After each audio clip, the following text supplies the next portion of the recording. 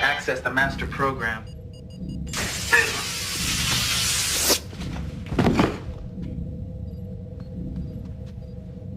Data?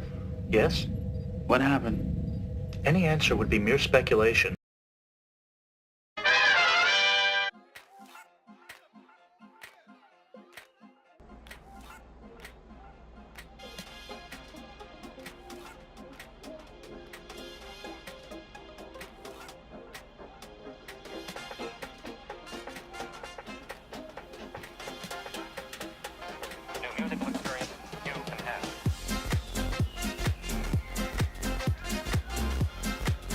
Hello everybody, this is Jason Robinson from No Fish Miles On. Hopefully the mic is on right now, and yes it seems to be.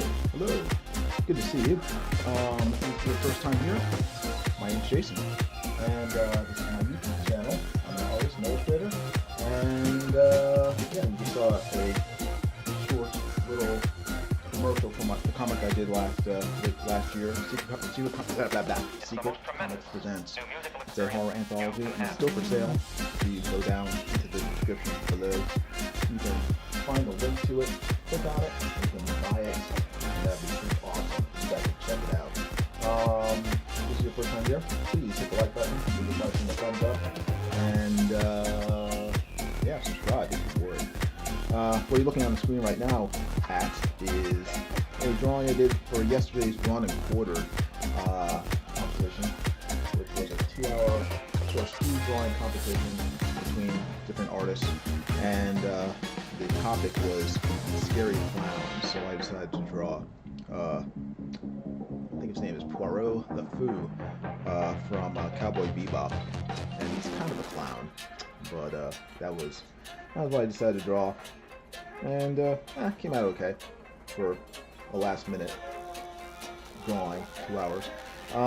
But today I'm going to be drawing something a little less scary. I'm going to be drawing GEORDI LaForge from Star Trek The Next Generation.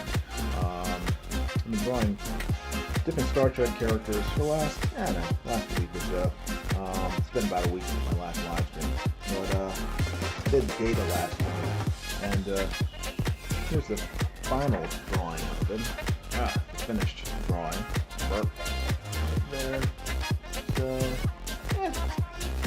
came out okay. So, also did Jean-Luc Picard earlier than that.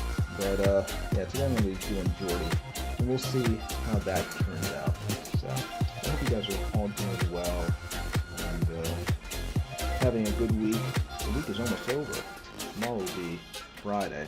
I started GEORDI actually last night, and I got at least its outline done. So I'm gonna keep on working on it, see if I can't get a lot more of it done tonight, and you know, we'll see how far we can go. Let's see. I'll zoom in a little more.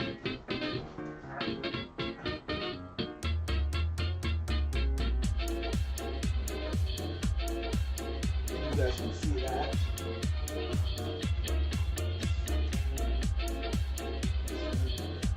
That's center.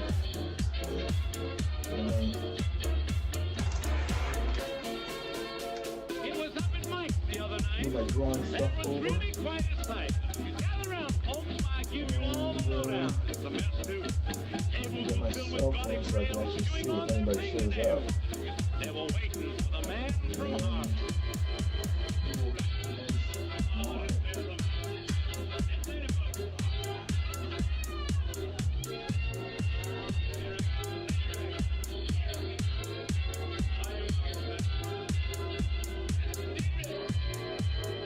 Things reserved, 6 bits to throw, things are moving kind of slow. Everybody's nerves were getting jumpy, you know, people sort of frivolous like. All at once the room was filled, men forgot all about the bill. Who should enter but the man from Holland? It's been cool the last few days, but tonight it is quite warm inside.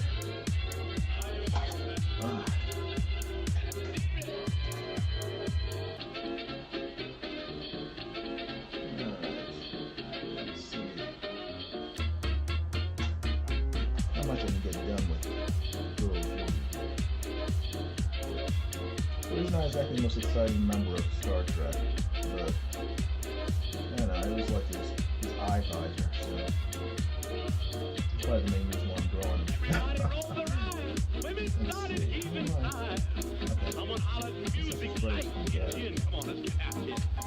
Everybody covered his face. They had big broad smiles on every face. How they all love to see the man from Harlem. As usual, I gotta get the proportions right before I can start doing all the detail work. So, still a little more to do on that end.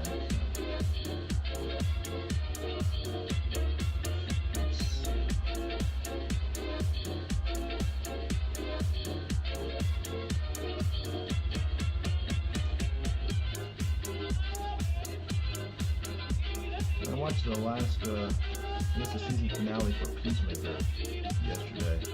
It's pretty good. And they had a surprise cameo at the end, which I won't ruin it, but it's pretty funny. So if you're over 18 and you don't mind sort of graphic violence and sex, and you like comics, you may want to check out Peacemaker. But it's not for everybody. I saw the first episode and I was like, I'm not sure if I want to watch this. And having watched the whole season, I'm still not sure if I want to watch this, but it is fine. If nothing else, the opening, not opening scene, but the opening credits is very entertaining. So, even if you don't watch the whole series, check out the opening for Peacemaker, and I was entertained. I thought it was a very, very memorable, very well done series opening.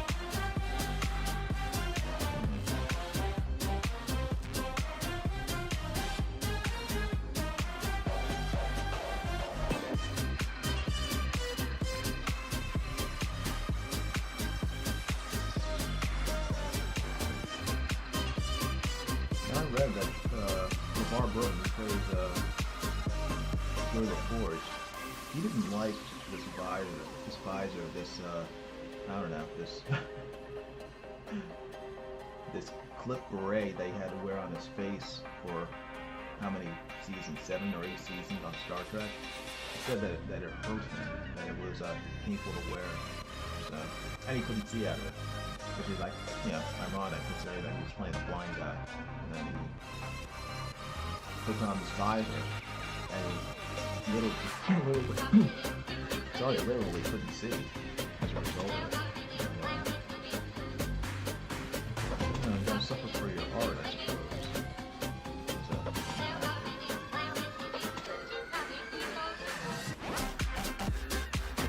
it looked cool anyway.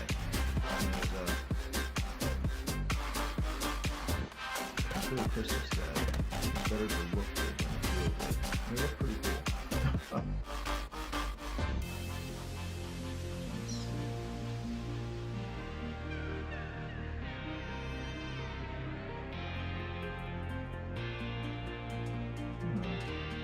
This is going to be interesting.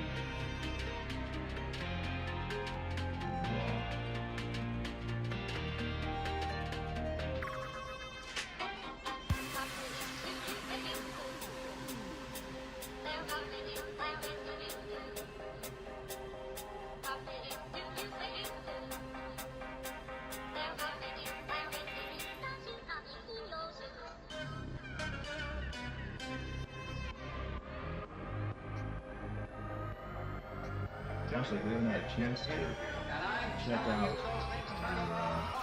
the trailer for the new Doctor Strange movie, Multitude of Madness. Jean-Luc Picard shows up in it, but he's not playing Jean-Luc Picard, he's playing another character. And somebody you might recognize. And it looks really good. I mean, the trailer looks really good. I mean, it's directed by Sam Raimi, the guy who directed the first 2 Spider-Man films back in the early 2000s. Great director. Also directed and created The Evil Dead, starring Bruce Campbell. And so he knows horror, and he knows how to film things really well. Very dramatic, almost cartoony scenes. So I have high hopes for it. Although they are shoehorning in some of the crummier, lamer creations from Marvel Comics, like America Chavez, that nobody really likes, but they have to. They feel compelled to shove her down audiences' throats, even though she doesn't really sell that well as a character in comics.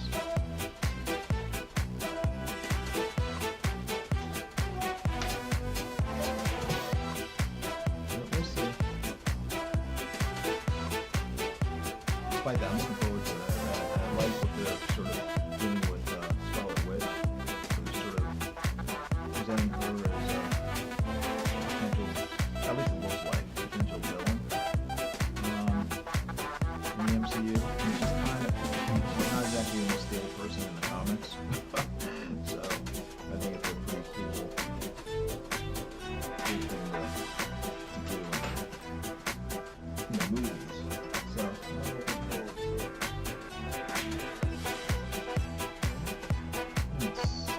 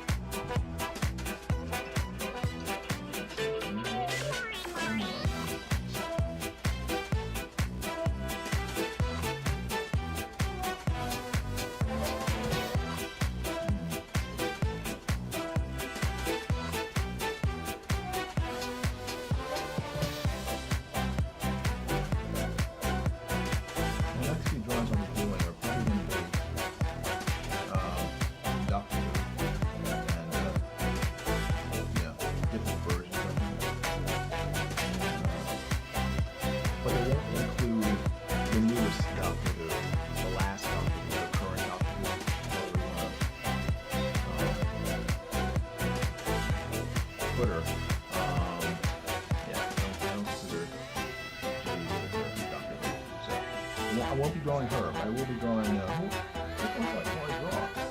Yeah. I'm leaning towards. I've already drawn Tom Baker, so I'm leaning towards the last three, who I really liked. Previous three. I can remember their names. David. What's his name? David something.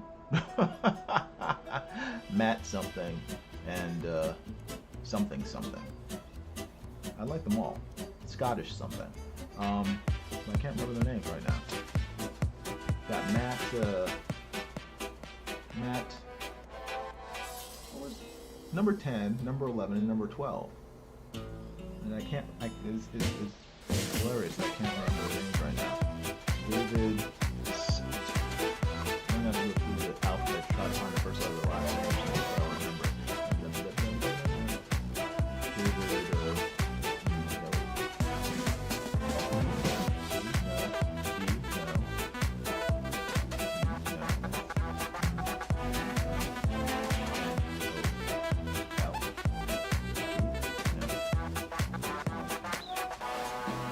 Tennant. David Tennant. I found it. David Tennant. Matt. But again,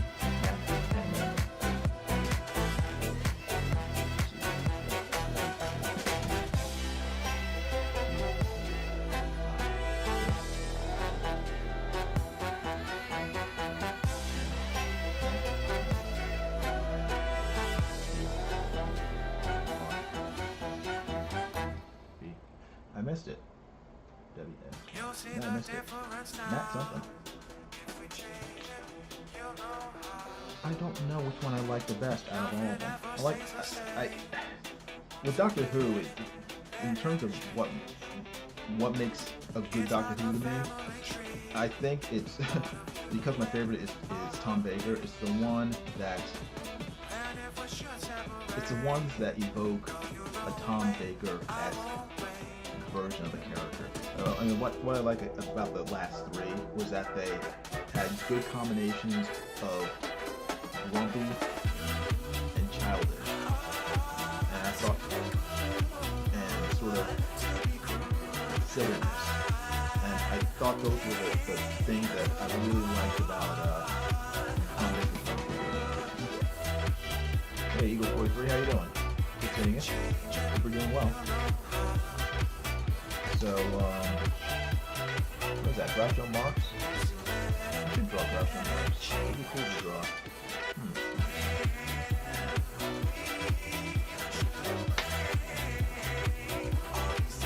would be a good person to draw.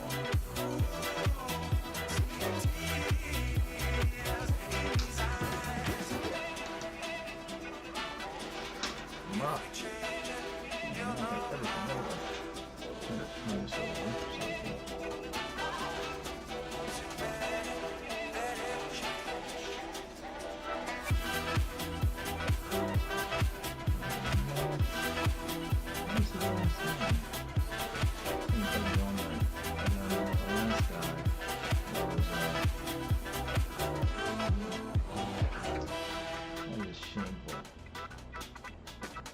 They should kick me out of the Doctor Who fan club for misremembering the names of the actors who played Doctor Who. But they're all very good. And I also liked, oh my gosh, I can't remember his name either. The, sort of,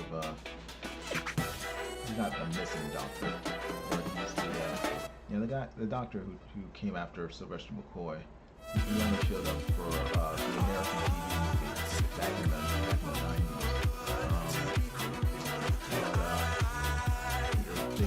They brought him back for one.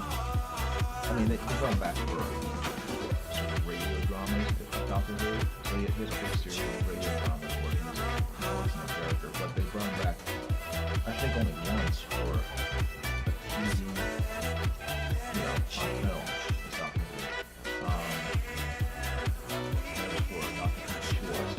Several years ago, but he was so good. He was so good heard that when I showed, I was like, whoa, what? I wish they would have just sort of like a, even if it would have been cool if they had done like a spin-off series that just sort of dealt with that one version of the Doctor. I can't remember his name, but really good stuff. But I'm looking forward to seeing who they pick next to play Doctor Who. You know, as long as it's not another sort of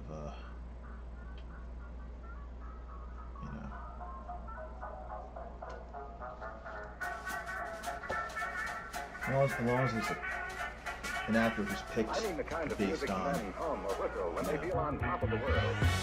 Based on his ability rather than his gender. Like GEORDI LaForge. Look forward to seeing what they do. Not a good actor's out there. We'll see.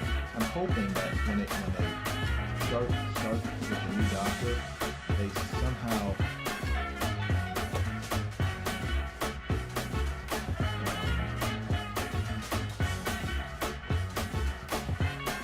retcon. Is that how you pronounce it? Retcon? Say retcon the entire Jodie Whittaker and Chris Chibnall series, because they butchered Doctor Who. They pretty much ruined not only that version of the character, but the entire history of the character. Yeah, going back to 1963 when it was first started. I mean, they pretty much just eliminated all the Doctor Who history and who he's been established as being, and that's just terrible.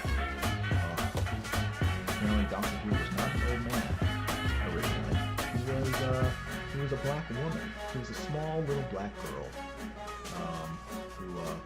who has been used and who was abused and whose immortality was kind of stolen by the Time Lords and used to make the Time Lords immortal and gave them the ability to change. I mean the kind of music men hum or whistle when they feel on top of the world.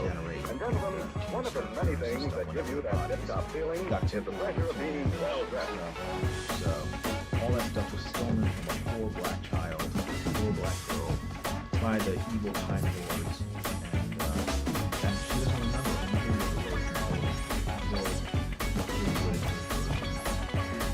If I remembered that she was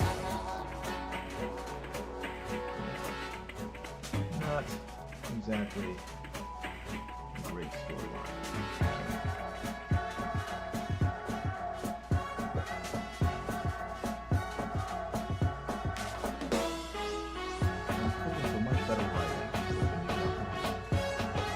Jodie Whittaker still has, I don't know what she has left, the series. I think I don't know how many episodes she has.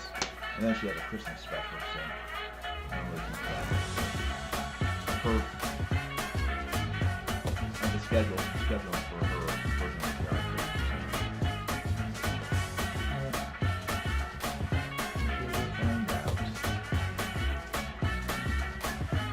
When they feel on top of the world.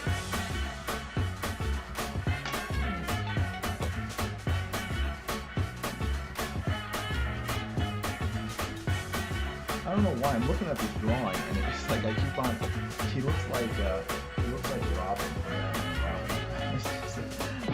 I never really noticed it before, but it's just a little drawing. This guy looks like Robin. And he's like a big R, like right there.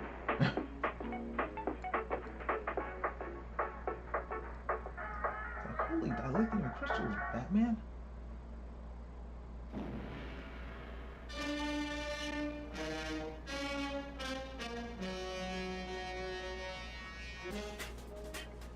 All right.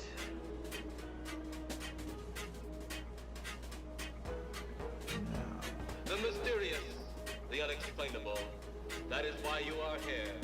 And now, for the first time, we are bringing to you. Now, I'm not going to count every single little grid on his visor. I'm just going to wing it and make it up. My friend, we Not cannot make keep it this up, a secret but, any longer. Can your heart stand the shocking facts about They get grave wider as robbers it gets from closer outer to space? the front. It's wider and wider. It's perspective. But closer together and they get further away. So I'm just going to follow that.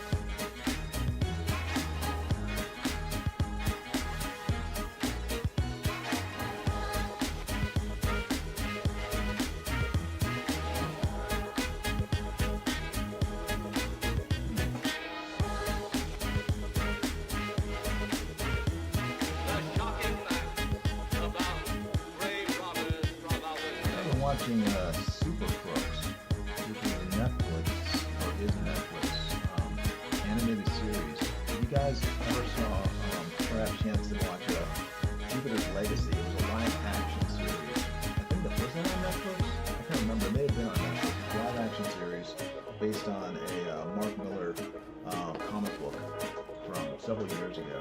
And it's basically about a bunch of people from the 1920s, and they gain superpowers from an alien ship that they find in the middle of the ocean, and from that point on, they become the first superheroes, and then all their descendants, end up gaining superpowers gaining superpowers and become either superheroes or supervillains. So over the past 100 years, the world has not been filled with, but the world has gotten a number of supervillains and superheroes that have descended from those initial people who got the powers back in the 1920s. That was the basis for the live action series from about a year ago called Jupiter's Legacy. Now they have a series called Super Crooks, which is an anime, which is a spin-off from that story, which is now on Netflix, I believe. And it came out, I think, in November. Anyway, I started watching it, and it's about 13 episodes. It's good. It's very entertaining, but The shocking facts about grave it's robbers pretty from violent. outer It's space. very violent. I won't say it's pretty violent. It's very violent. There's no sex in it, but it's very violent. But it's also very funny. It's very good. When I first watched it, I kind of got that same feeling I got when I first watched Akira, decades ago, back in the 80s. I was like, I wasn't expecting it to be that violent. Once I got over my shock, just started watching it. It's a good show. It's hard to describe. It's just it's a lot of humor. I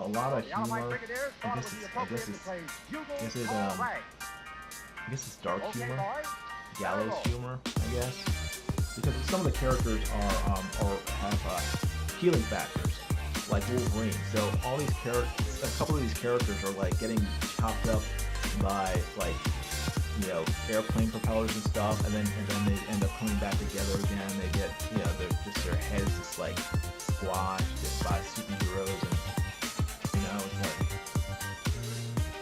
it's sort of it's American superheroes that taken to like the nth degree. It's sort of like an animated Watchmen, but with more humor, I guess. Hey, DJ Pearson, how you doing? He says, I wish I could stay. This was fun. Anyway, good luck to you. Okay, thanks. I appreciate it. Hope you're doing well. Now, all over the country, Hope you have a good thousands of evening. people are going to summer camp, where they awake every morning and go to school every night and play to the bugle. So the Alabite Brigadiers thought it would be appropriate to play Bugle Call Rag. Okay, boys, let her roll. But Super Crooks is good. It's 13 episodes, and it mainly follows the story of a crook, a criminal, a villain, named Johnny Bolt. And it follows him from his childhood and when he first got superpowers to his life of crime. And it's mainly his life of mishaps, because he's sort of a loser. You know, he has this great superpower, but he's stupid. He's an idiot. So he's constantly destroying any chance he has for a decent life because he's so dumb. He keeps on committing these small, stupid, petty crimes. Gets getting talked into by his equally dumb friends. Yeah. So he gets, he's like a, not really a hard luck kid. He's just kind of dumb. But you're watching the show and you root for him because he's charming and, you know, he's got like he's got a great girlfriend who sticks by him and stuff, but he just can't, his own stupidity that gets in his own way. He's his own worst enemy. So. Hey, off the photo here, it says, hey, it's a leading rainbow guy. Yeah, it is. It is the leading rainbow guy. It's also Twinkle Twinkle from the Roots. So. LeVar Burton has had an illustrious career. So. It's pretty cool. Let me see.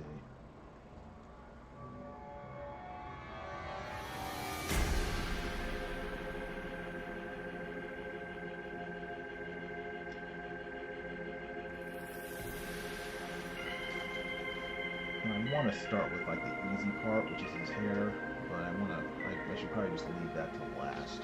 Save the fun part to last, and actually, let me stand up because I know I'm getting the perspective wrong, probably, just based on what I usually do, which is get the perspective wrong. Yes, I What do did. you got there, dear? Or just some stuff for a Halloween Yes, party I at did. school? I'm the treasurer. Let me see if I I can know you're pull gonna it have a Halloween party at school. Well, we're just gonna dress up and play some games. Oh, that sounds like fun. School parties always are. You better. We get Not our off too much, but Yeah, Halloween's a lot of fun for kids. Don't you like Halloween parties?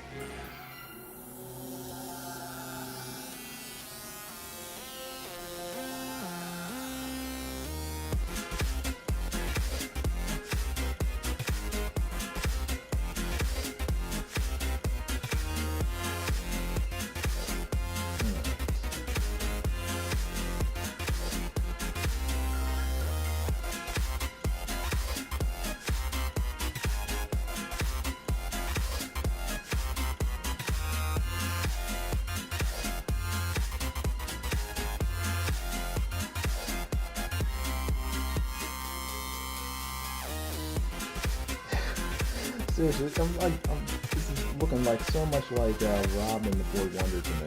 It's killing me. It might be his hair. So I'm trying to draw his flat top in the show, and he's got what almost looks like a part in his hair. It's not a part, it's just the perspective, but this reminds me of Burt Ward's hair from the 1966 Batman series.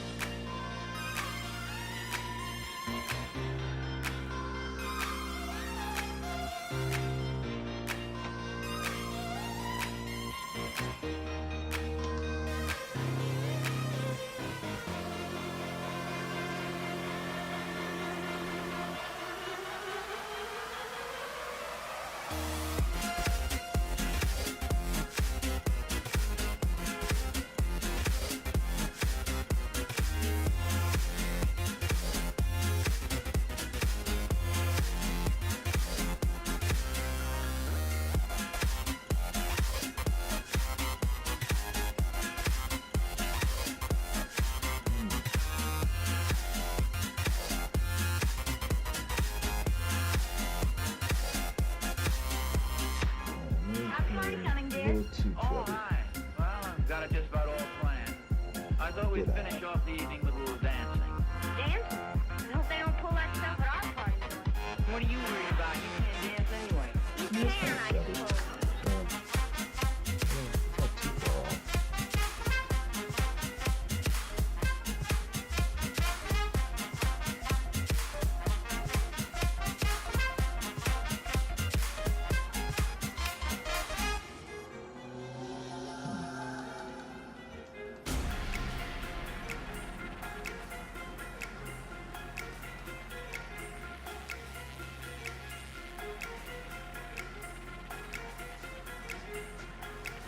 here, dear? Or just some stuff for a Halloween party at school? I'm the treasurer. Oh, I didn't know you were gonna have a Halloween party at school. We're just gonna dress up and play some games. Oh, that sounds like fun. School parties always are. You better. We get out of study. Yeah, Halloween's a lot of fun for kids. And don't you like Halloween, Pop?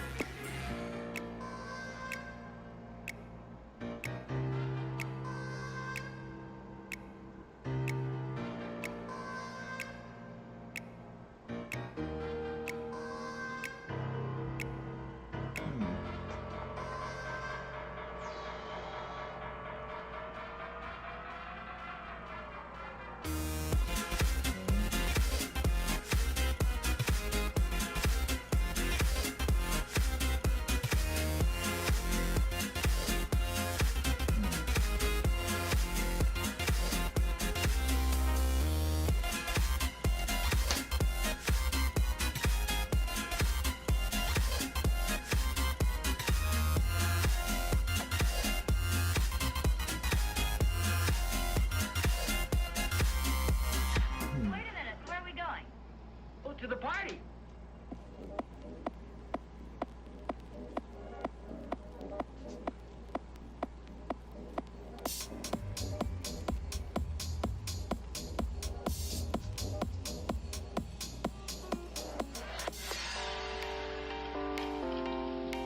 Hello, Johnny there?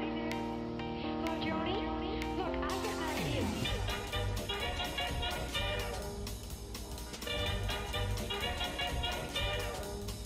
Hey, Alphamoto says I'm gonna go eat dinner. I will keep the stream going though. Okay, thanks. I appreciate it. I appreciate it, Alphamoto. And Alphamoto is the only one in the chat or in the watching the stream. So I do appreciate you hanging around. Must be a lot of people streaming, or I am just that boring. Probably a little bit of both.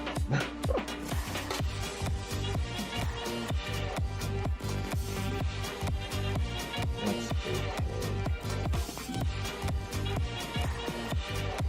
I like kind of practice. I'm not entertaining anyone other than myself, so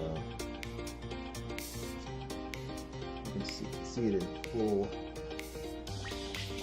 In all of its glory. Doing this live stream.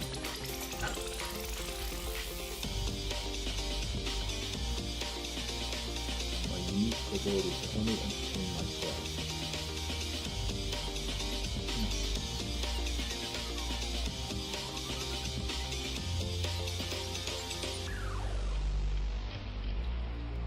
Hello, is Johnny there? Hello, Johnny? Look, I've got an idea. No better.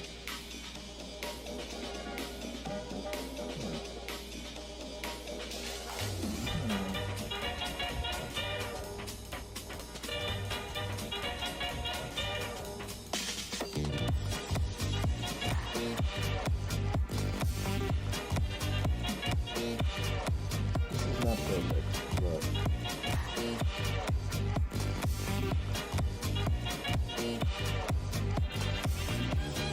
it'll do.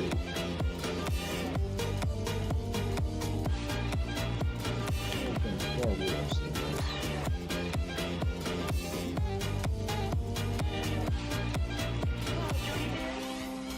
Hello, Johnny?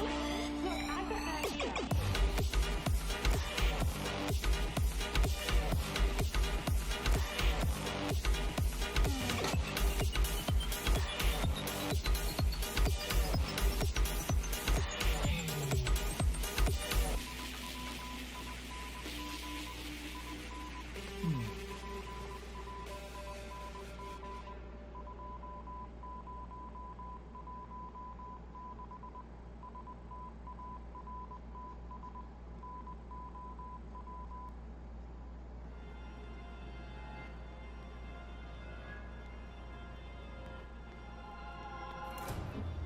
Before I go, there is one thing I'd like. Do you have a recent case? A case, say, in the last year or two that might be of interest? I'll make the feature story along with the article. Something a little, you know, with a lot of excitement. You know how it's all right. Well, the dance hall racket might interest you. Dance hall racket. Long story. If you've got the time, I can... Well, I've got the time. Can I hear the story? Helen, bring me in the dance hall racket.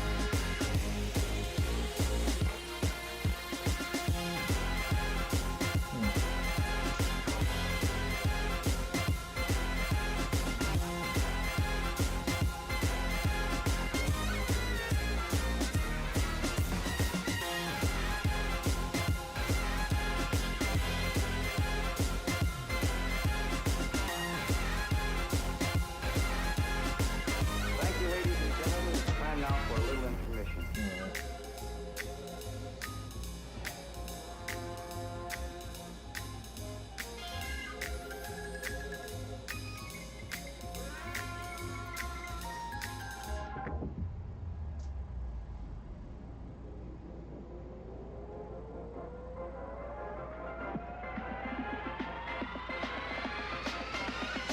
Well, the dance hall racket might interest you.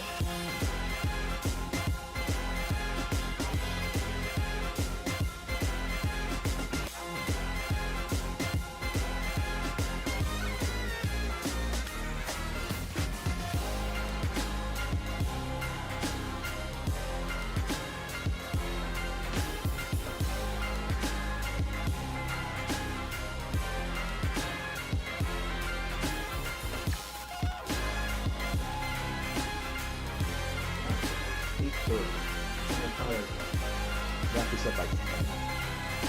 You guys have an opportunity and time to go through 1 and 4. Something a little, you know, with a lot Fan of edition excitement. You know how on it's Chester Bros.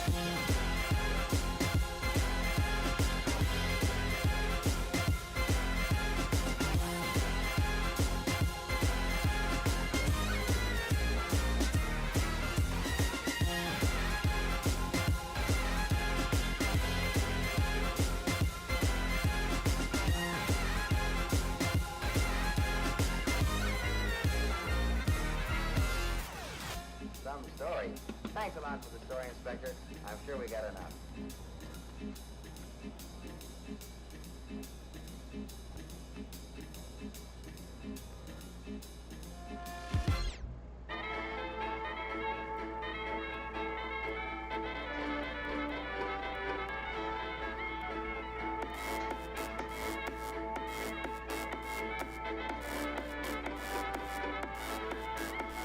Sound is all around us, everywhere.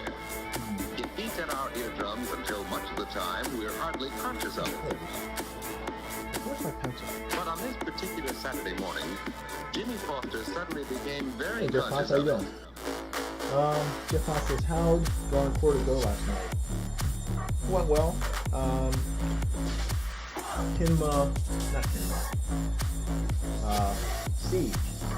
Siege won. She cheated. She used color. The topic was scary clowns. So Kimber won. She did like an evil Harley Quinn with The post was vibrating. Well, he'd soon find out whether there was a vibration along with the sound. razor sharp. The They have scrambled that, wood like showed sharp him that teeth, when the like bell this, sounds, but they're it like does razor sharp vibrate. teeth. So she she drew that and she won. Matt Costin and I came in second place. We tied, and who came in third? I can't remember. Oh, I think it was Eric Hawkins. Eric Hawkins came in third, I believe. So went pretty well. Yeah, we missed you because Mike said, "Okay, let's have the poll," and then there was no poll, and so I did it. I did a very boring poll. I didn't give anyone nicknames or anything. So I'm sorry, good talk. Yeah, I think I got the pity votes for my clown. I did. Jimmy's ears were now wide open to the sounds around him.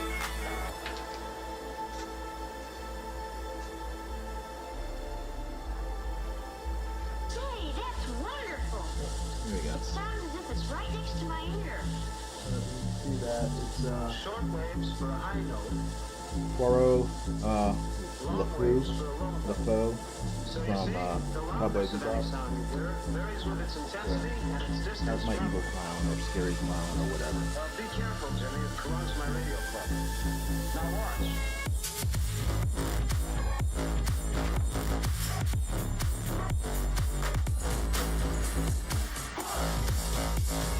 And Matt did a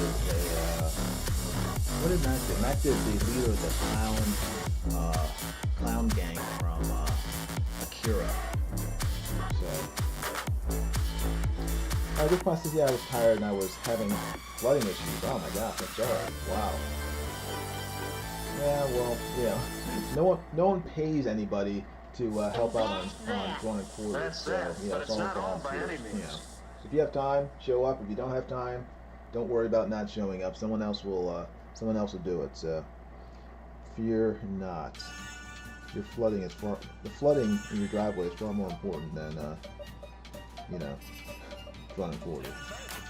You can enjoy the ride and let others enjoy it. Or you can, well, look around. I hope you got that resolved, flooding stuff. So one thing I dread about having an actual house, I mean, fortunately I live in a condo, so I don't have to worry about my basement or and or my floors flooding. But it's yeah. Jeff Buster said that, yeah, the pump out, had to get the pump out this morning to drain the driveway. Yeah, my mom has to deal with that whenever there's a flooding in her area because her basement will flood. Her house is on a hill, but because the basement is underground, obviously, water gets in, and so she has to get out the pump and just get it all out. It's a pain in the butt.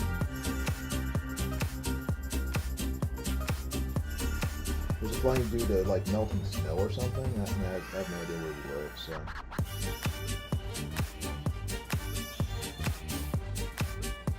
Was it raining? Just a lot of rain in the area.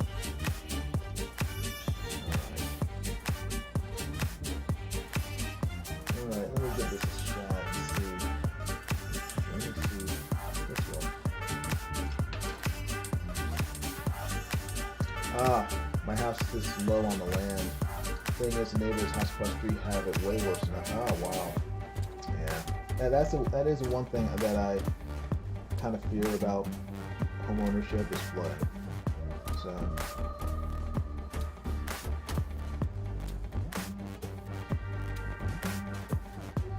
I live in Florida where we have hurricanes and stuff. But I guess I've just been fortunate. I mean, when I lived at home, growing up, we never had to deal with flooding. We had plenty of hurricanes, but I guess we lived in an area that the drainage was good enough. I can't really say we were on high ground because Florida, South Florida is flat as a pancake. So yeah, we were just fortunate. We never had any flooding issues in our house. But I know how devastating it can be.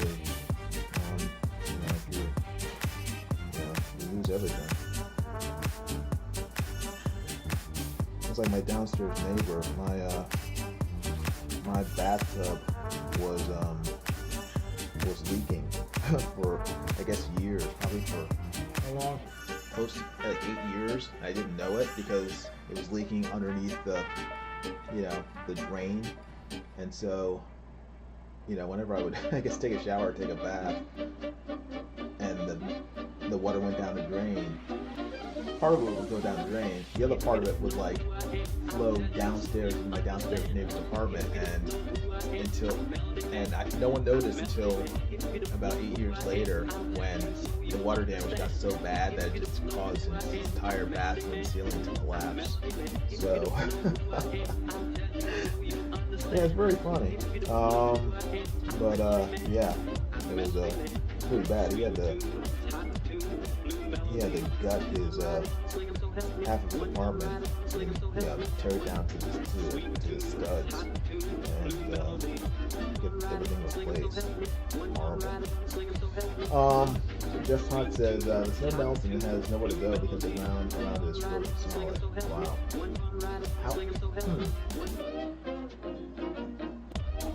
I guess that makes sense. Yeah. I guess the snow can melt, and then the ground can still be frozen solid. But, yeah. Jeff says, dang, yeah. That's why I said when I was very thankful that I had homeowners insurance because, oh gosh, I would have been screwed. And I'm just imagining my downstairs neighbor suing me for the repair costs to his apartment. I would have been bankrupt. People, get insurance. Get homeowners insurance, everybody. If you want a home, get homeowners insurance because you never know when you're gonna need it. I don't think it was brain in my mouth are not connecting.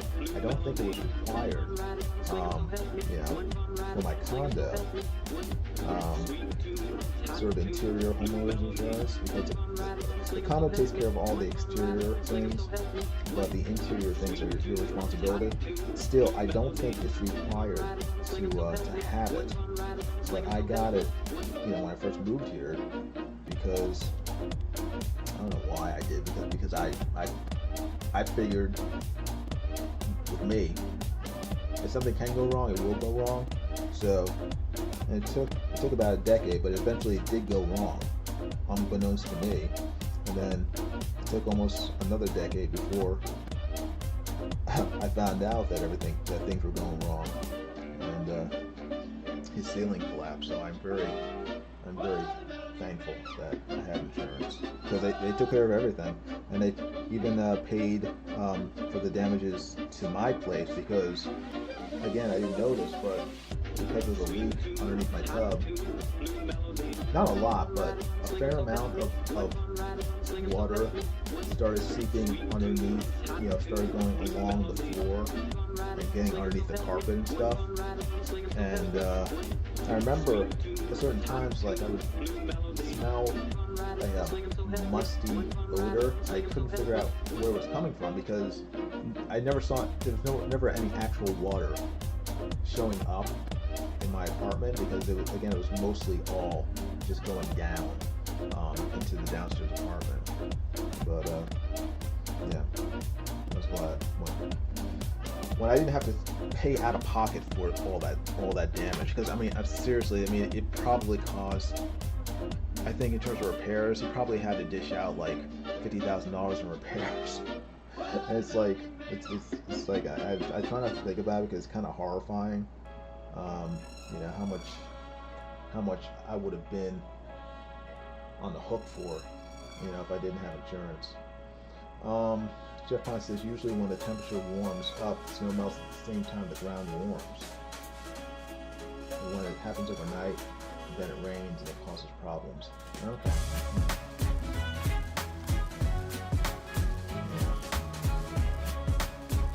Yeah. If we ever move back up north, My wife is from Ohio, and I'm from New York originally.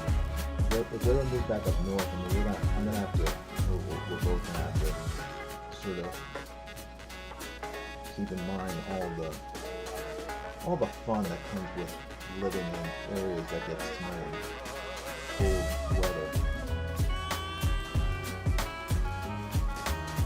I've lived in Florida for so long. It's been over 40 years now. But yeah, obviously I haven't had to deal with that stuff. So,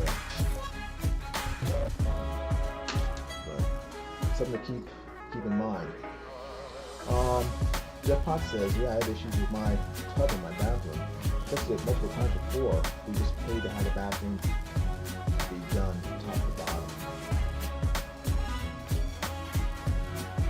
Yeah, I had my first moved here with the apartment hadn't been redone since it was built in like 79 or 1980. And I moved here in 2001, right before 9/11. So by 2009, almost at once, everything started to break down. Everything started to sort of fall apart at once. The stove broke, so the stove stopped working. And again, I mean, by that time, 2009, all the appliances were, I guess this is what, 30 years old? Was it? Yeah, 30 years old. 79 to 2009, 30 years old. So the washer and dryer broke down, just didn't work anymore. The stove stopped working, broke, the refrigerator broke. Did the dishwasher still work? No, I think the dishwasher broke as well. So all the major appliances sort of died in the same year, you know. One of the sinks had rusted all the way through because the sinks weren't porcelain sinks; they were steel sinks. I think with like maybe like a porcelain or some sort of covering, so it didn't look like steel. You know, it looked like porcelain, but it was metal. So they were all rusted through, and I had patched them up over the years, like the bottom of the sink, so that they still work. But it got to a point where everything was just sort of falling apart. So I had everything redone. I had the kitchens and both bathrooms completely redone, torn out and everything. And the main bathroom is the one with the tub, and the guy I hired to put the tub in, he was a general contractor, and he actually supervised all the repairs, and everything worked out well except for the tub. For some reason, the tub, he brought in a plumber to do the tub, and something happened. It just did not, the ceiling, or the way they put it in, obviously it wasn't done well because there was just this constant slow leak into the downstairs apartment. So everything else is held up. You do a good job generally, except for the tub. Unfortunately,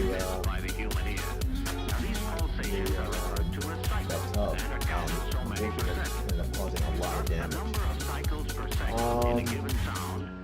Yash says the music is too loud. I can't hear anything. I'm sorry, Yash. Now watch while I sing a low note.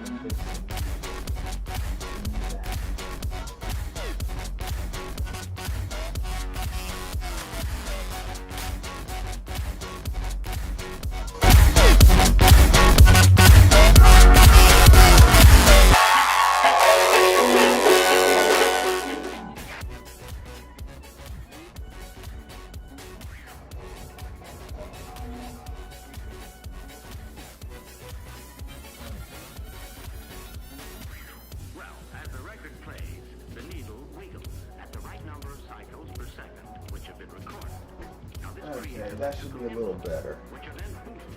Hopefully that's a little better. Jeff Buss says I'm awake now. Yeah, well, you actually asked for the music to be adjusted, so I mistakenly adjusted it in the wrong direction.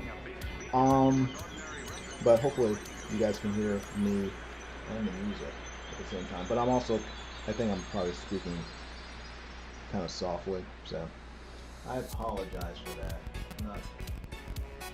I'm not the loudest person in the world, so.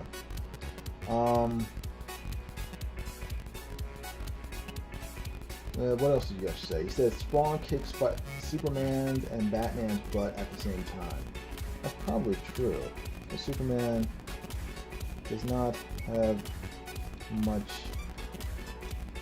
vulnerability to magic or the supernatural, so he would probably he would probably be as vulnerable as Batman to Spawn.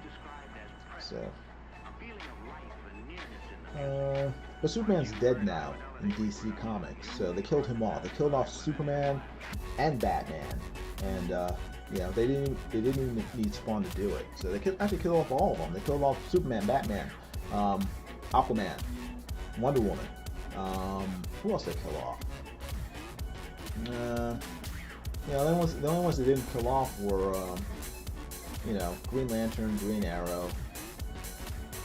They killed Hawkman? I can't remember. Anyway, they replaced them all with their loser sidekicks. All the sidekicks are now in charge of the Justice League. It's another lame cash grab by DC Comics. Trying to con people into buying their books.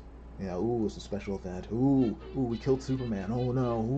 Ooh, his gay son's taking over. Ooh, what are they gonna do? It's like, everyone knows that they're just these characters are not dead. They're not going to kill off their multi-billion-dollar cash cows and replace them with lame, third-rate child copies of them. So, you just have to wait it out till DC realizes that they're not selling any comics. I mean, they're not selling any comics anyway, but all those characters will be back probably by this time next year, if not sooner. Yash says Spawn Comics beat DC and Marvel Comics overall. I don't know about that. DC and Marvel Comics sell a lot more comics than Spawn, which is just one comic book. DC and Marvel have enough comic books to sort of outsell Spawn.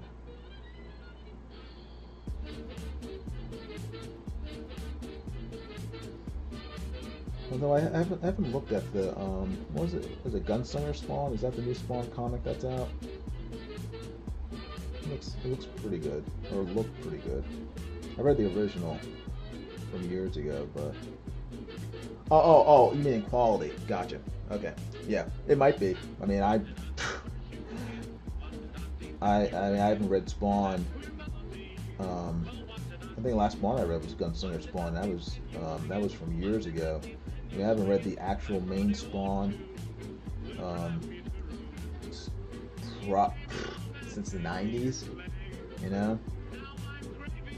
So it's been a long time.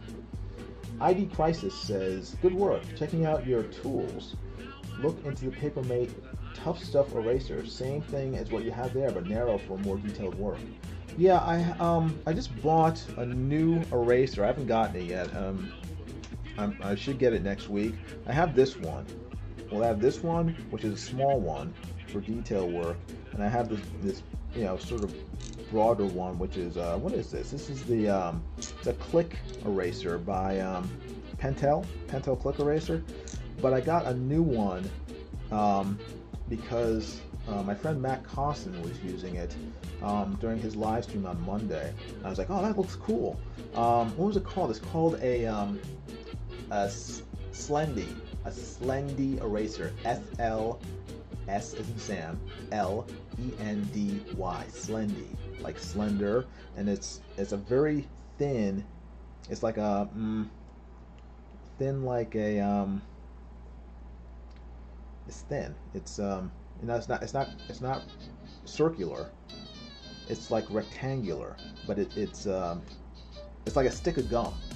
Okay, I guess that's what it looks like. It looks like a stick of gum. It's like a click eraser that's shaped like a gum stick, and so it's thin, and you're able to like do detailed work like that.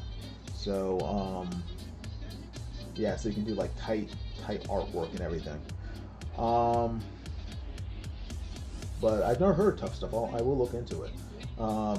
ID Crisis says Tough Stuff is right between those two. Okay, cool. The little one is crazy. Yeah, it's cool. This is called. Let me see if I can. You guys see that? Turn the light a little. It's a Mono Zero by Tombow. Tombow is the maker of it, and I got this on Amazon, just like I get everything. I should probably put a list of everything I used in the description. I did that in the past. I haven't done it in a while, but so it's called a Mono Zero eraser. So and you just press the back, and it comes out, gets longer, blah blah blah, and it basically looks like that when you take it out. It's like a really tiny popsicle eraser. And just slide it back in. There you go. So, and I mainly use it for this small Pentel 5mm lead. So it works. Let's see. Yash says you were an artist for Spawn, so you should be a big fan.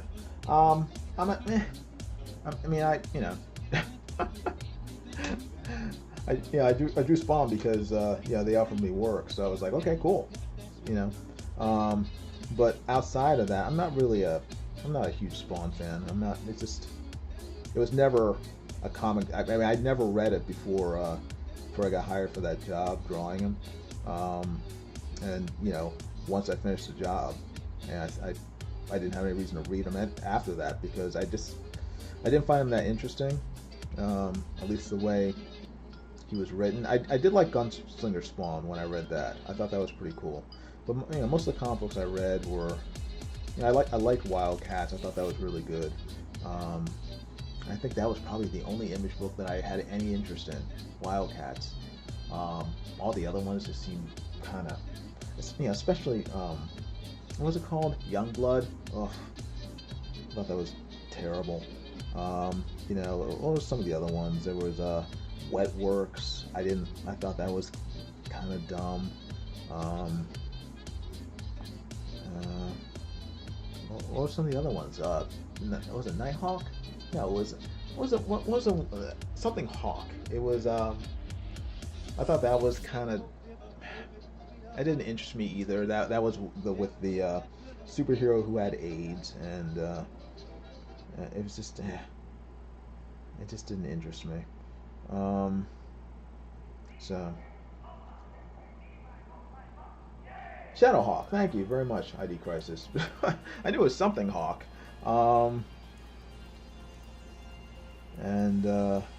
Yeah, I thought Image was a cool idea, but it's just that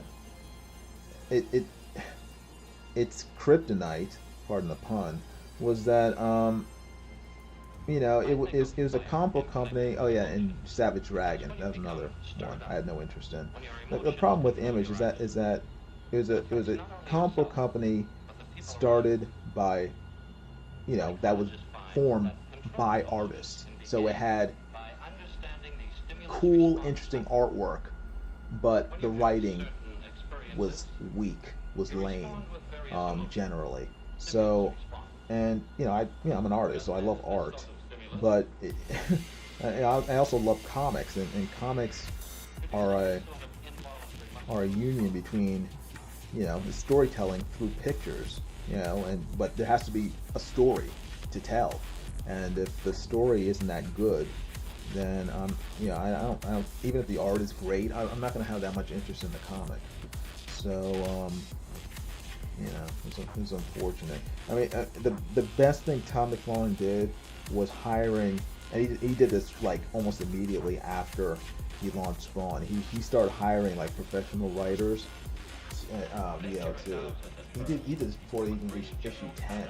He was hiring like Alan Moore and you know, the creator of Cerberus, Dave Sim, to write various issues of Spawn, and I thought that was a good idea. That's probably the best idea he had. But I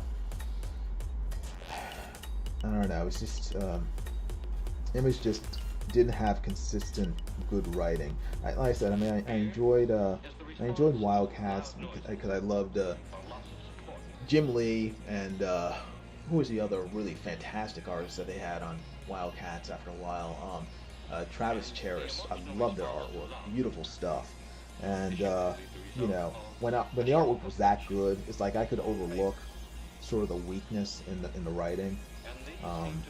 But you know, eventually Jim Lee moved over to DC Comics, and you know, for me, Image kind of fell apart. You know, within 5 years. I mean, I lost interest in it.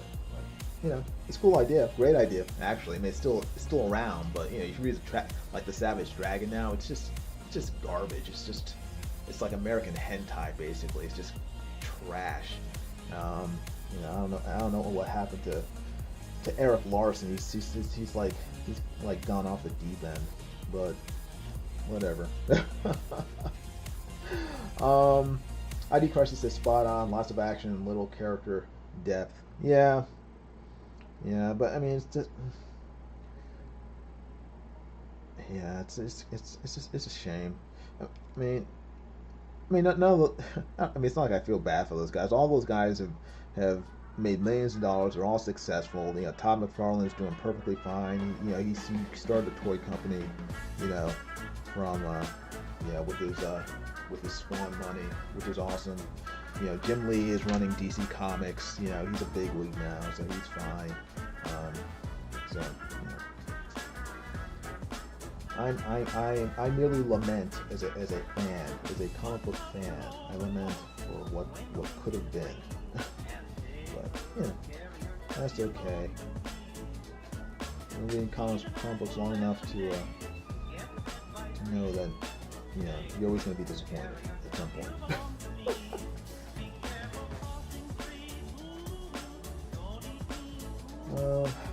I'm like terrified to like start finalizing some of this detail because I'll start diving in. What time is it? It's almost 9. I have like an hour, so we'll see how much I can get done.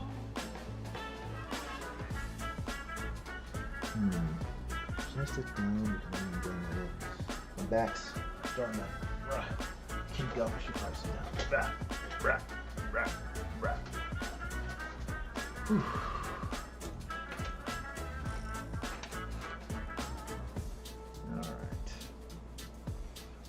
Light over so I can see. Hopefully you guys can see them up. Yeah, it's not too bad.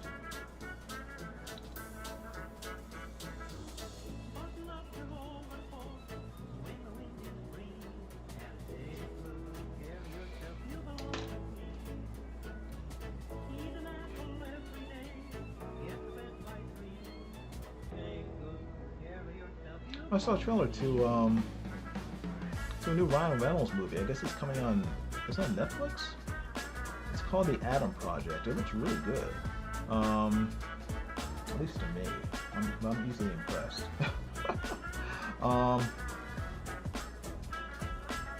It looks really good. I guess it's basically this little kid who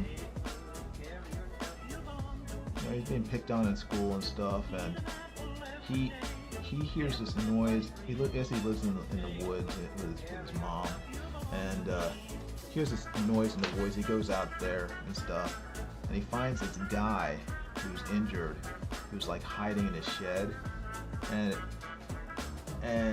it turns out the guy he finds is actually him as an adult who's come back in time, and it's like a sci-fi movie. If you have a chance, watch the trailer. That's on YouTube. But it looks very good. It looks very it looks funny. It looks funny and action-packed, which is a good combination as long as it's done well. But it looks like it is done well, as opposed to what was the movie that Ryan Reynolds just came out with? I guess about a month ago, or a couple months ago. Red Notice with The Rock and Gal Gadot. That was pretty bad. I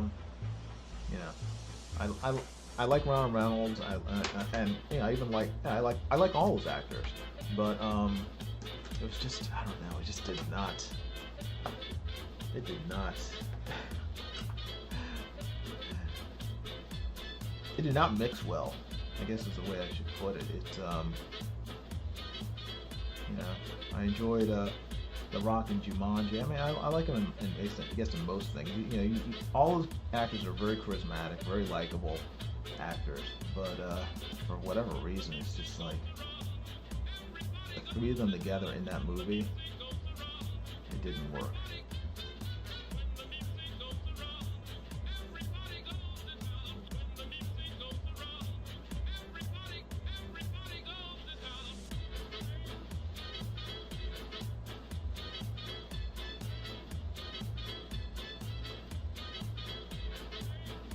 But the Adam Project does look good, so I'm looking forward to it.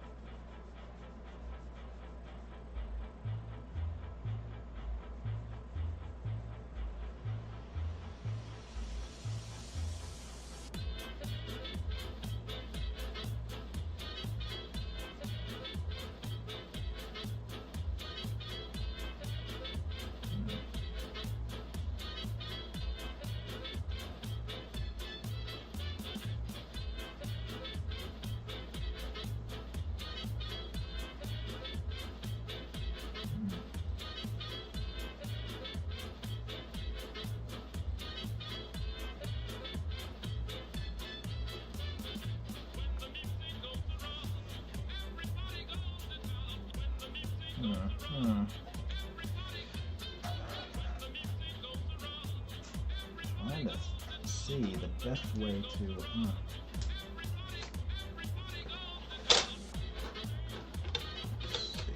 Let me see if I can figure this out. That's better. Let me see if I can figure this out.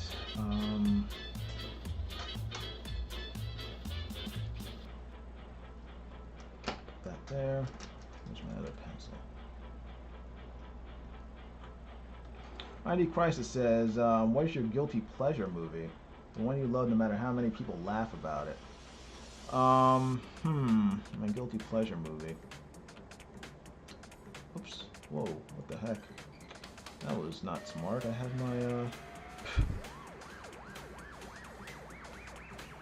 my data on. That was instead of my Wi-Fi. That wasn't smart. I don't know if I have a guilty pleasure movie. I don't. My favorite movie is Brazil, but I don't know. I don't think that's a guilty pleasure movie. What movies do I like that people laugh about? I like the what the heck? I like the original Batman movie from the 1960s with Adam West. It's not really guilty pleasure movies. I don't know. I don't really laugh about it. I don't know. I'd have to think about it.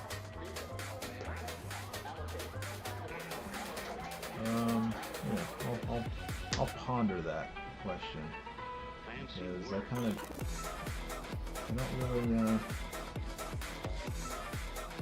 don't really worry too much about whether other people like movies that I like.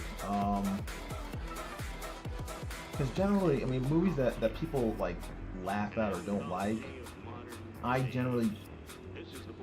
usually don't like them myself. Like, you know, Batman and Robin from Joel Schumacher movie from like 90, when did that come out? 1997, 1998. That was just a terrible movie. But I mean, most of those movies, I mean, they're mocked for good reason. And I generally don't like them. I'm trying to think of a movie that I like that people laugh at because it's so bad.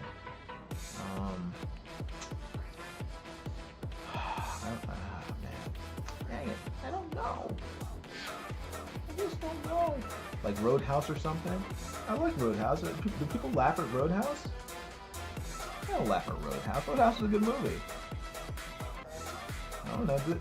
Do people laugh at it? I just saw it this past weekend and enjoyed it. I know it was a good movie. I mean, if people laugh at it, then yeah, sure, I'll say Roadhouse, I guess. But I thought people liked Roadhouse. What other movies do people not like that I liked? I'm sure there are a lot of them, but I guess maybe I'm just oblivious to the fact that people don't like them. These movies that ID Crisis says, hell yeah, they do. So people do make fun of it? Okay. I'm trying to think. What other movies? I mean, Charlie's Angels movies. I like the first Charlie's Angel movie. With Drew Barrymore. But that was supposed to be silly. I mean, the other ones were horrible. But Charlie's Angels, I thought was fun.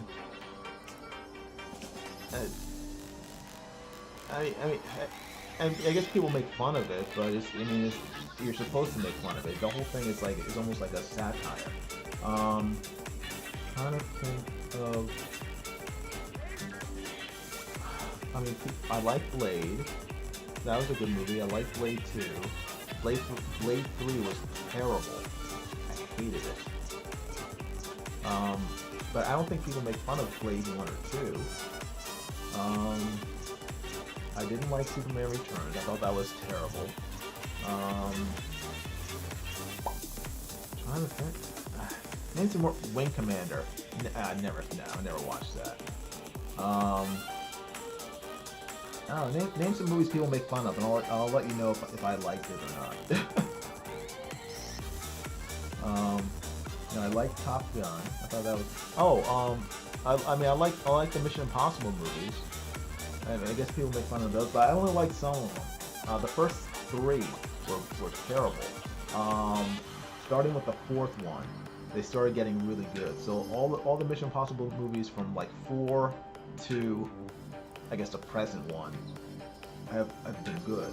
I know. I'll say the Fast and the Furious movies. Okay, because they're really, I mean, they're dopey movies, but I enjoy them. Okay. No, now you talk. I didn't mention. Okay, any movie with Mia Jovovich in it. And she's made some like terrible movies. Mila Jovovich. But I'm just, I love her as an actress. as an actress. So all the terrible it's not Final Fantasy, what is it? It's Resident Evil movies. But I love them because she stars in it. That's the only reason I love those movies. Or what was the really terrible one she was in? She was in Ultraviolet. Oh my gosh, horrible movie.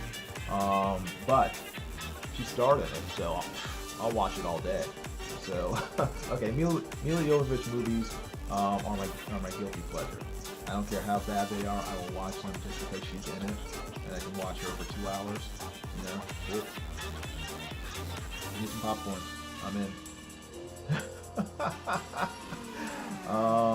Yeah. So I mean, I'm sure there are other movies, but yeah, I guess thinking about it, it would be Fast and Furious films and Mila Jovovich movies.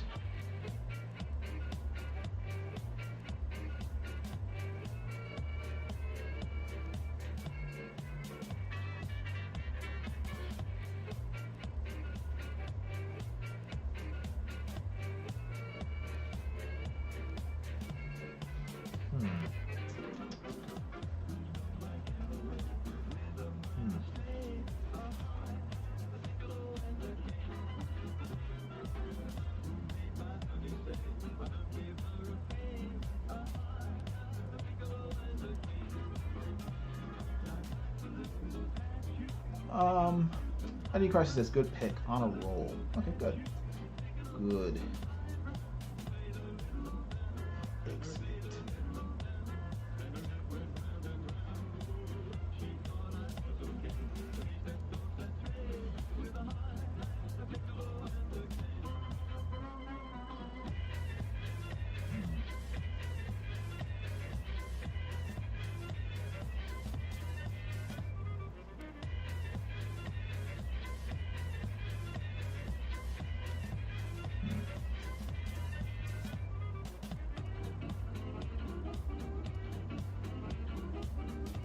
Every Will Ferrell movie equals guilty pleasure. I'll defend it to the end. Ooh, I can't do that. Will Ferrell. Oh, I mean, I like Will Ferrell in general, but he's made so many bad movies, and I'm not a big enough. I guess I'm more of a fan of his skits than I am of his movies. The only movie that he's made that I really liked, and I really like, that I'll watch whenever it's on is Elf. Elf is such a great movie. I love that movie. But his other movies are he's more annoying than he is fun to watch for me. It's weird. I mean, there's some comedians that I really enjoy. And there are other comedians that I enjoy, but they're better in skits. They're better in small doses than they are in 2-hour doses. You know, guys like Jim Carrey. I can't watch him. Jim Carrey is an extremely funny guy, but whenever he's sort of let off the chain, whenever he goes into his full Monty psychoness and craziness, I can't take him. He's too much. It's too nutty. Aravic Sonder says, Geordie, I love Geordie, an android's best friend. Yes, he is. He is. Nice to see you, Aravic. I apologize for butchering your name, but Aravic. Thanks for stopping by. If you would, give the live stream a thumbs up, if you would. It would help the algorithm greatly. But, you know, guys, I mean, these are like really talented comedians, like Jim Carrey, Robin Williams, you know, yeah, I guess you can throw Will Ferrell in there. I mean, there are guys who are just like great comedians, but to me, I have like a tolerance level for like really kind of stupid comedy, and all of them, when they're just going full force, I can't take it. I can take them in small doses, I can take them in short skits, but I mean, I can't watch what was it, Ace Ventura, Pet Detective. Oh my gosh, I cannot stand Dumb and Dumber. It's too much stupid for me. However, I love those guys when they manage their silliness, when they keep it on a leash and put it out in small doses, like, you know, when like the what was it called, the Truman Show. Love that movie. I love Jim Carrey in Liar Liar. Was it Liar Liar? No, not Liar Liar, but the one where he gets the power of God. I love that movie. Good movie, because most of the time he's just normal, and then he, you know, in spurts he'll do his thing, and I can take it in that context. Robin Williams, I love him in his drama movies, where it's a good balance between, I mean, like what was it called, the Good Will Hunting, where it's just pure drama. Great. I mean, his drama skills were phenomenal. You know, or in comedies where he's sort of balancing comedy and sort of serious stuff. I love him in that stuff. But when he's just going full force, just silly, I just found it hard to take. You know, it was okay in Mork and Mindy, where it was only half an hour, but I couldn't take like 2 hours of Robin Williams just going full blown, you know, Robin Williams. It's just too much. So, you know, I loved Elf, but I can't think of any other Will Ferrell movie that I saw that I enjoyed.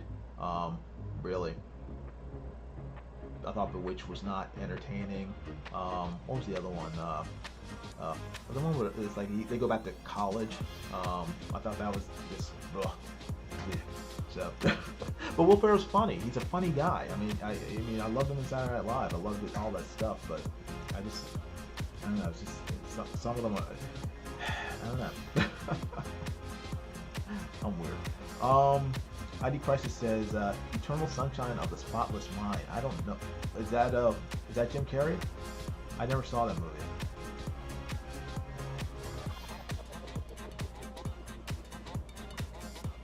But he's done some great films.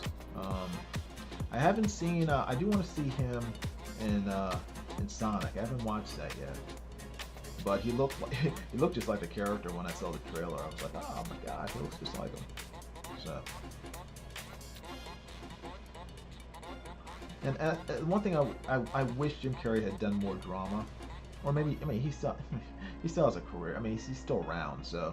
But I wish he would do more drama. Let me put it that way, because I have a really strong feeling he would be as phenomenal at it as Robin Williams was. And, I mean, Robin Williams was. I mean, I love Robin Williams more for his drama than for his comedy. He's just a great performer. ID Christian says Jim Carrey in a drama role, surprisingly good. Yeah. Okay.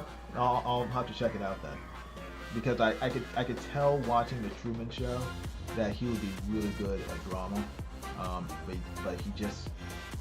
I just never saw him in that sort of role. So yeah, I mean, he should probably do more of it. The first time I ever saw Jim Carrey was on, what was it on? It was the Duck Factory back in the, I guess it was the early 80s, mid 80s, the 84 maybe, on NBC. And because I'm an artist, I was like, oh cool, they're making a show about animators, about people who create cartoons, and he starred in that, and I was like, oh cool. But and then he was on in Living Color. I guess that's when he really became super famous.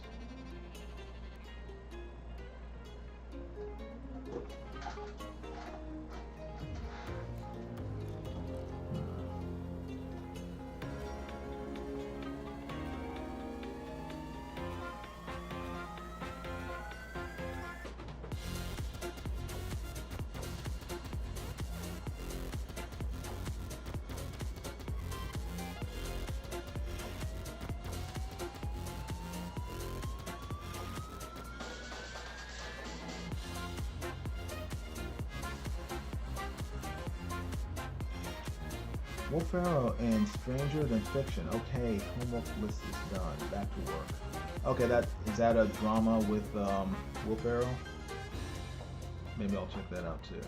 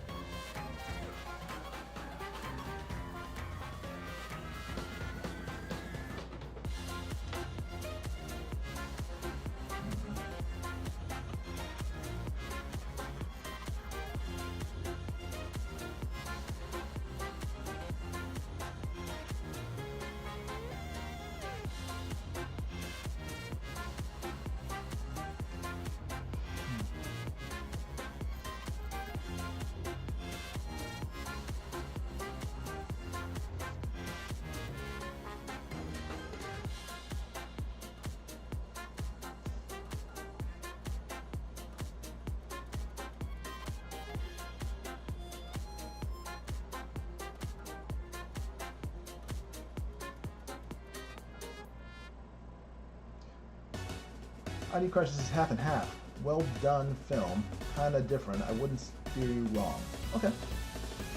I will keep that in mind. Stranger Than Fiction. Was that how old is that movie? I mean, is that from recent years or? Well, that's our guest list. Trying to, Now, invitation. I don't remember it. Dear Alice, would you like to come to a party at my house? That doesn't need much. At 8 p.m. I don't think that I don't really keep track of.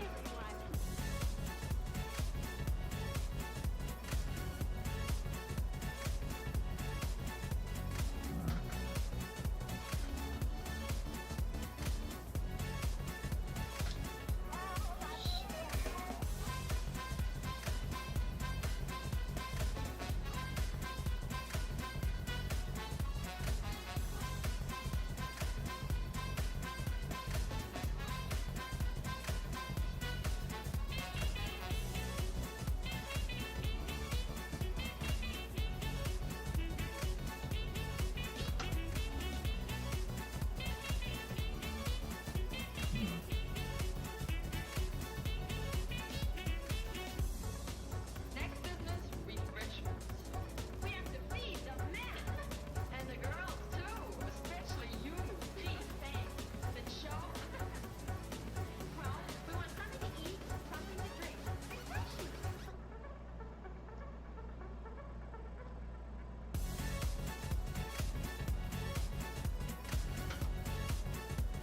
Hey Gabrielle, how you doing? Gabrielle Geske says Geordie is looking good. Thank you. Gabrielle Geske won. Did you win? No, you were cheated yesterday for drawn and quartered draw along. Gabrielle Geske did like a phenomenal clown, evil, scary clown for the draw along for drawn and quartered last night, and she tied. Who you tie with? She tied with another artist, and then Mike flipped a coin like Two-Face to decide who was a winner, and unfortunately Gabrielle lost out. I say she was cheated. It was a fantastic drawing. And her clown was like a 1920s clown that was combined with a Japanese demon, sort of a combo, and so cool. I was like, oh, I'm going for that one. but actually, yeah, the other piece was also very good. But when I was scrolling through the different choices, Gabrielle's just really stood out. I was like, wow, she did that in 2 hours. That's pretty dang good. Gabrielle says, I tied with Thunder Rat. That's it. She says his was good too. It was very good. But his was penciled and yours was completely inked. And so that is what sort of put it in your favor in my eyes. You got more done. And it just looked phenomenal. So good job. I voted for you. So ID Crisis says 2006. Oh wow, okay. Emma Thompson, Maggie Gyllenhaal, Queen Latifah, Dustin Hoffman. Oh my gosh. Yeah. A lot of good actors in there.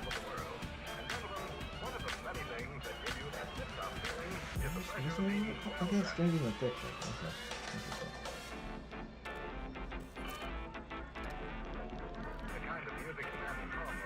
Yeah, are you going to be in the fan edition tonight, Gabrielle? Are you going to compete in that? Because I'm surprised that you haven't been on the. Have you been on the pro edition? I don't remember. I'm getting old. I don't remember. Magnetic.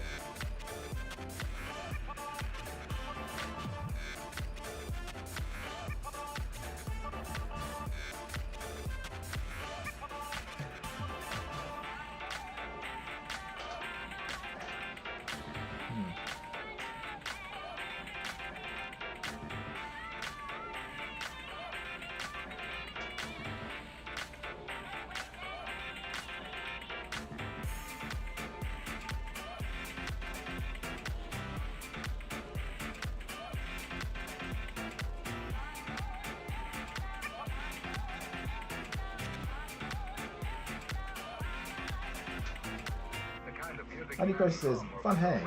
Gotta go for now. Keep up the great work. Thanks, ID Crisis. Hope you subscribe. I hope to see you again soon. I'll be, doing these live streams on a regular basis. So make sure to hit the bell if you subscribe, and make sure the bell is set for all notifications. So the next time that I do a spontaneous live stream, you will get a heads up, and we'll be able to talk again. Oh, good. Gabriel says, yep, I'm drawing tonight. I've been on Pro Edition, I think, a few times now. Okay, cool. I was subbed for Eric Hawkins on one of those shows. Okay, good. Very cool. Yeah, your art is phenomenal. Very, very impressive.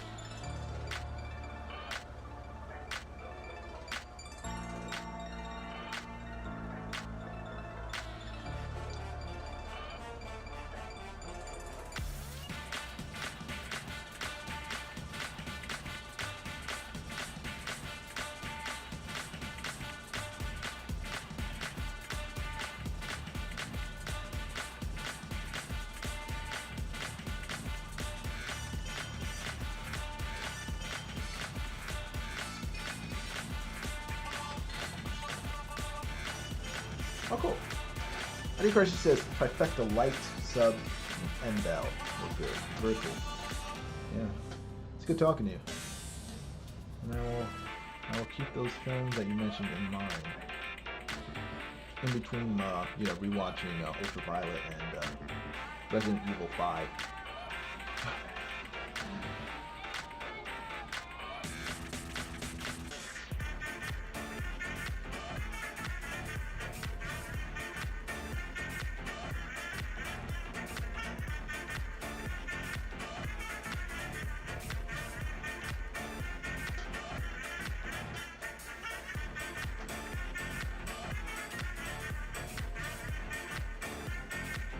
I'm looking at the reference for GEORDI, and I'm wishing that I could turn the brightness up, but it's up all the way.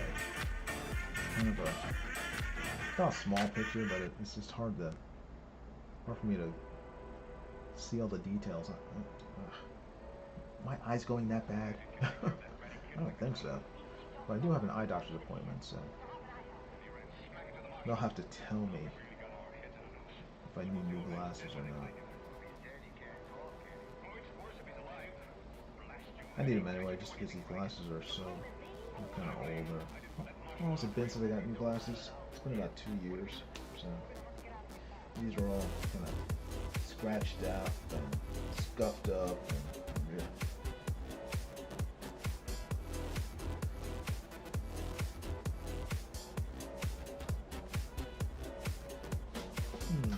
Let's see. Gabrielle asks, are you going to finish your drawing you did for D&Q from last night? I did finish it. I finished it actually after the stream. We were hanging out for about, I don't know, actually a few hours afterwards, just talking, and I finished it then.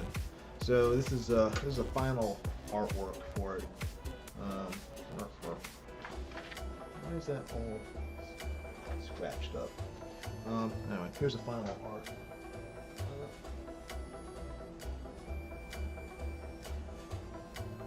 It's not super detailed, but yeah. For me, that's kind of the point. I'm not I'm not the speediest artist on the planet, so sort of doing a drawing where a good portion of it was just solid black inks, worked in my favor, so that's what I went with. But yeah, this is Picard LaForge from Cowboy Bebop. So Gabriel says, very nice, solid piece. Oh, thanks. Actually, I think yours was much better, but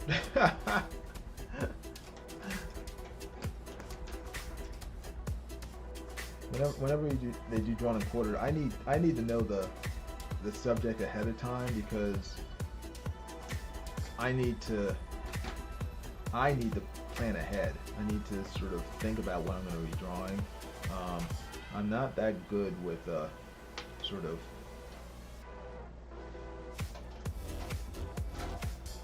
last minute, like on the fly drawing. I mean, I can draw, but it won't be, the layout and design will not be that great. If I just have to like, oh, hey, draw this. I mean, unless it's something like Superman, where, you know, like you can just sort of make something up, and it'll look cool, because you have a endless library of poses and everything that you can draw from. If it's just like a random thing, though, I need time to sort of plan it out and figure out exactly what I'm going to draw. Now, Geordie here.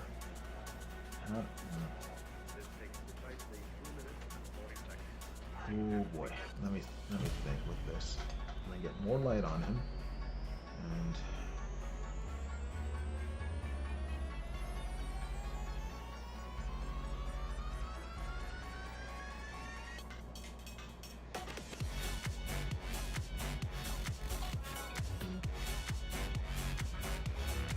Q is a great way to level up. Yeah, it is. It's it force. I mean, that's a good and it's a double-edged sword.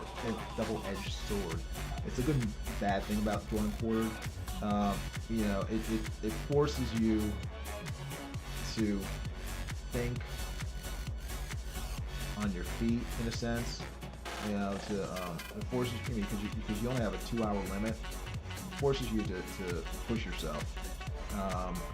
You know, artistically, and you're competing against other people, so it's not just a question of getting it done in 2 hours, but getting something done in 2 hours that will be visually appealing and also make people want to select you over other artists who are equally or better than you. Did I put that correctly? Equally good, thank you, that are equally good or better than you. So you know you know it takes you out of your comfort zone and forces you to push yourself, and that's good. But I'm I don't necessarily like being pushed. I don't necessarily like being out of my comfort zone. So I mean that's a big reason why I haven't done Drawn and Quartered Fan Edition in a while, because I kind of find it stressful because I want to do a good job, but at the same time I know that with 2 hours I won't do as good a job as I could, and that I find that frustrating. So I tend to avoid it, and that's not good in terms of growth as an artist, you know. So I encourage everybody to if you're an artist, you should try Drawn and Quartered Fan Edition. Check it out, try it out, join in, and you will find yourself improving quite a bit when you do it. So of course I should probably do it again as well, but you know. People like Gabrielle kicking my butt every week, and that'll be very discouraging to me. So, which is why I should do it. See, it's a double-edged sword. It's like it's catch-22. I should do it so I get better, because I'll be competing against people like Gabrielle who will force me to do better. But at the same time, I'll be competing against people like Gabrielle who will be kicking my butt every week, and then you know I'll get better, but I also feel worse because I'll keep losing. So. Don't worry, I will break out of that sort of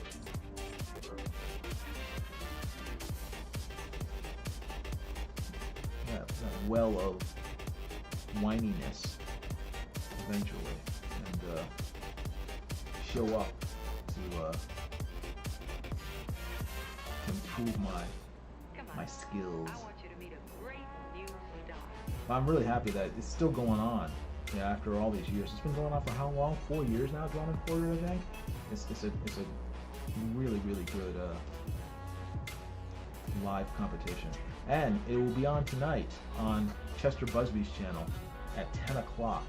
So in about half an hour, everybody should go over to Chester Busby's channel, Chester Busby, and check out Drawn and Quartered Fan Edition. I think you'll enjoy it. I think, what they're going to be drawing tonight, Gabrielle, I don't remember. I think they're going to be doing drawings based on an independent comic book. I can't remember what book it is. So.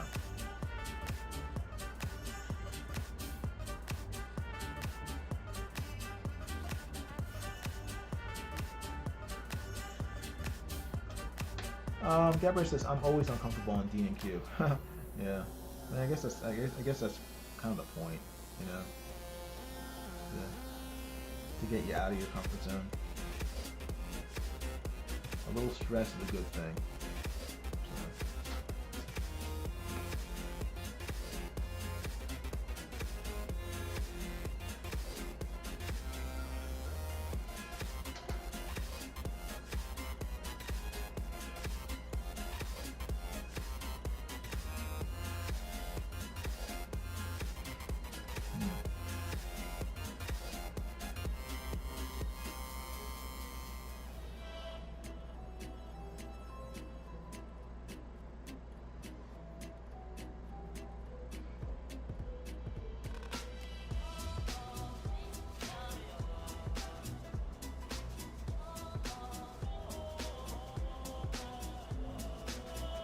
We're drawing Rosa's book tonight, Watcher of the Damned.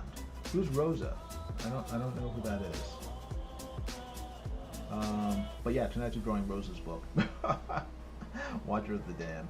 I don't know the book, but they usually provide a reference in their Discord. So.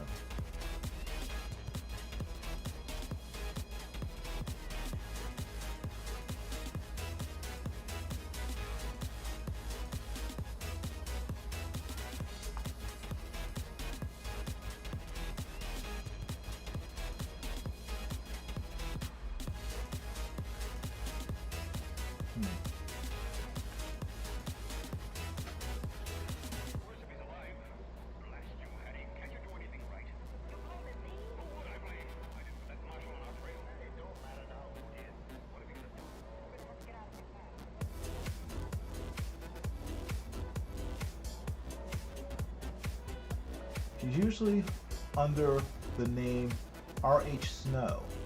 Okay. R.H. Snow. Yeah. Unfortunately, I'm not familiar with that name, but that doesn't mean anything because I'm out of the loop on a lot of independent books. So.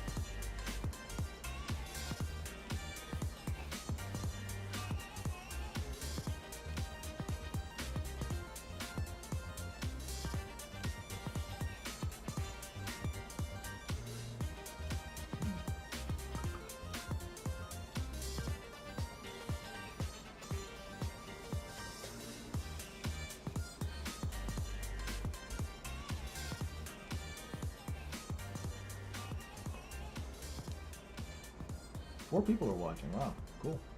Thank you, everybody. I do appreciate it.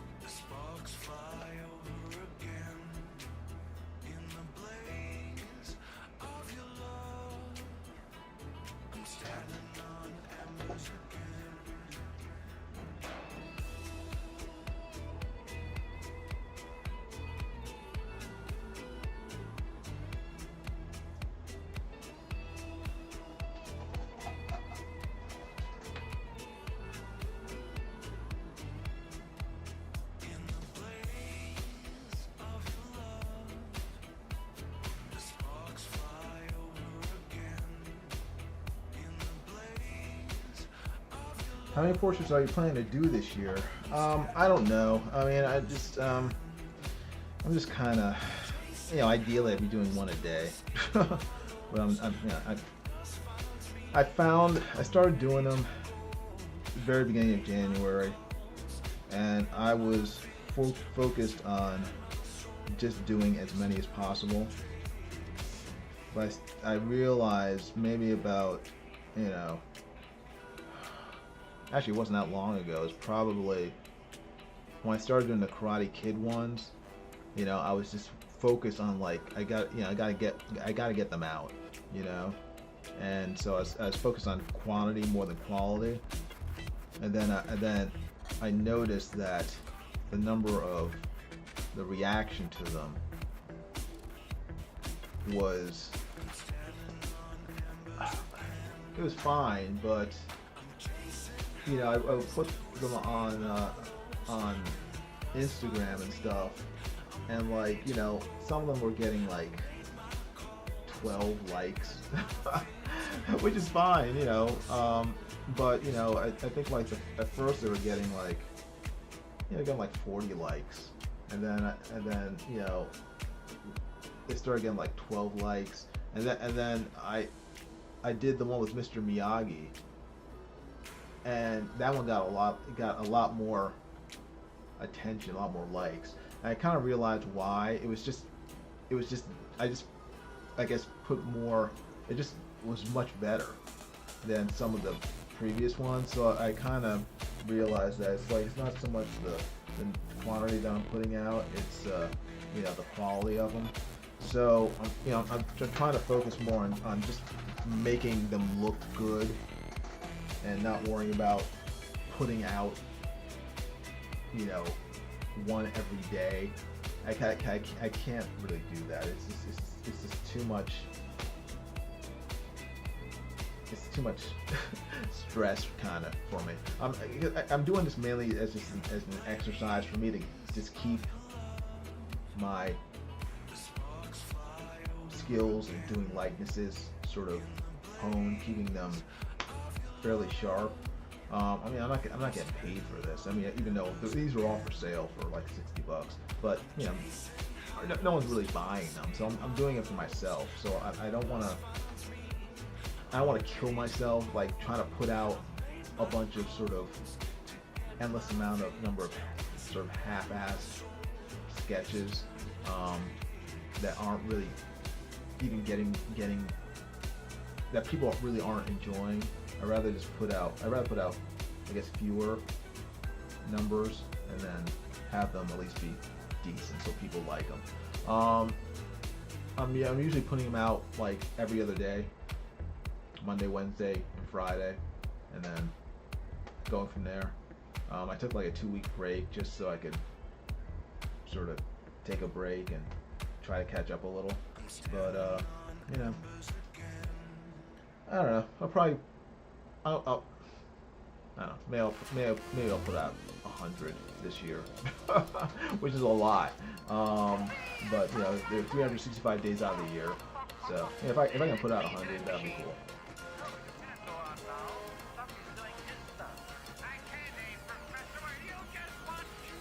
Yeah, I got my first Russian bot of the evening. Yay!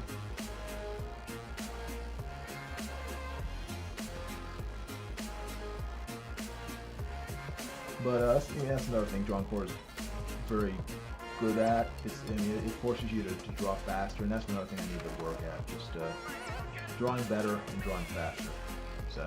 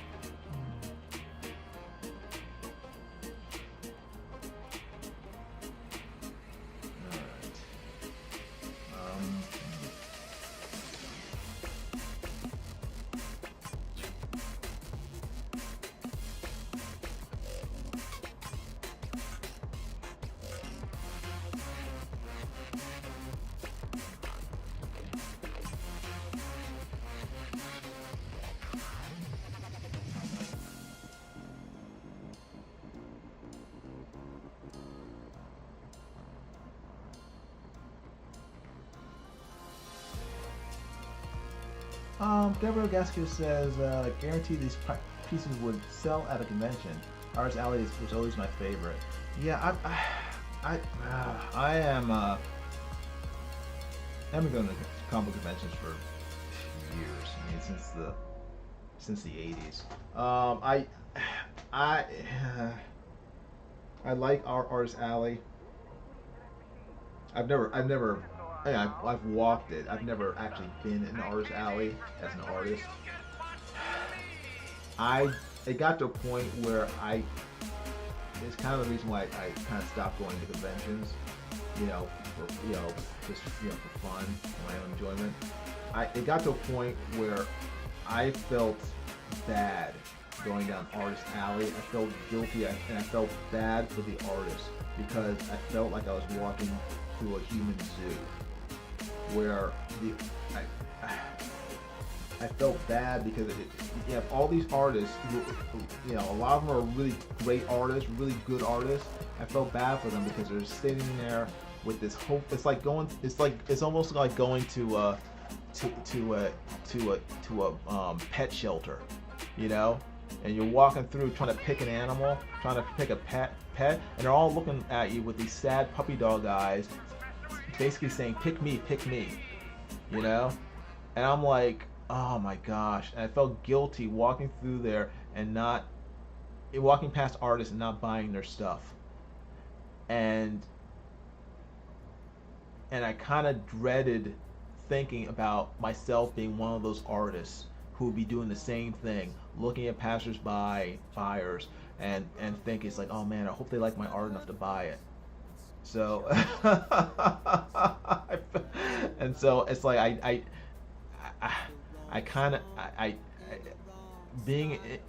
being an artist on Artist Alley kind of fills me with dread. I wouldn't want to do it. I don't know if I have the stomach to take that, take a whole weekend of potential rejection of people just walking by me and not buying my stuff. The thought of it is just like, I don't, I'd rather just stay home and have people not buy my art than spending the time and the money to get a table at Artist Alley to face that sort of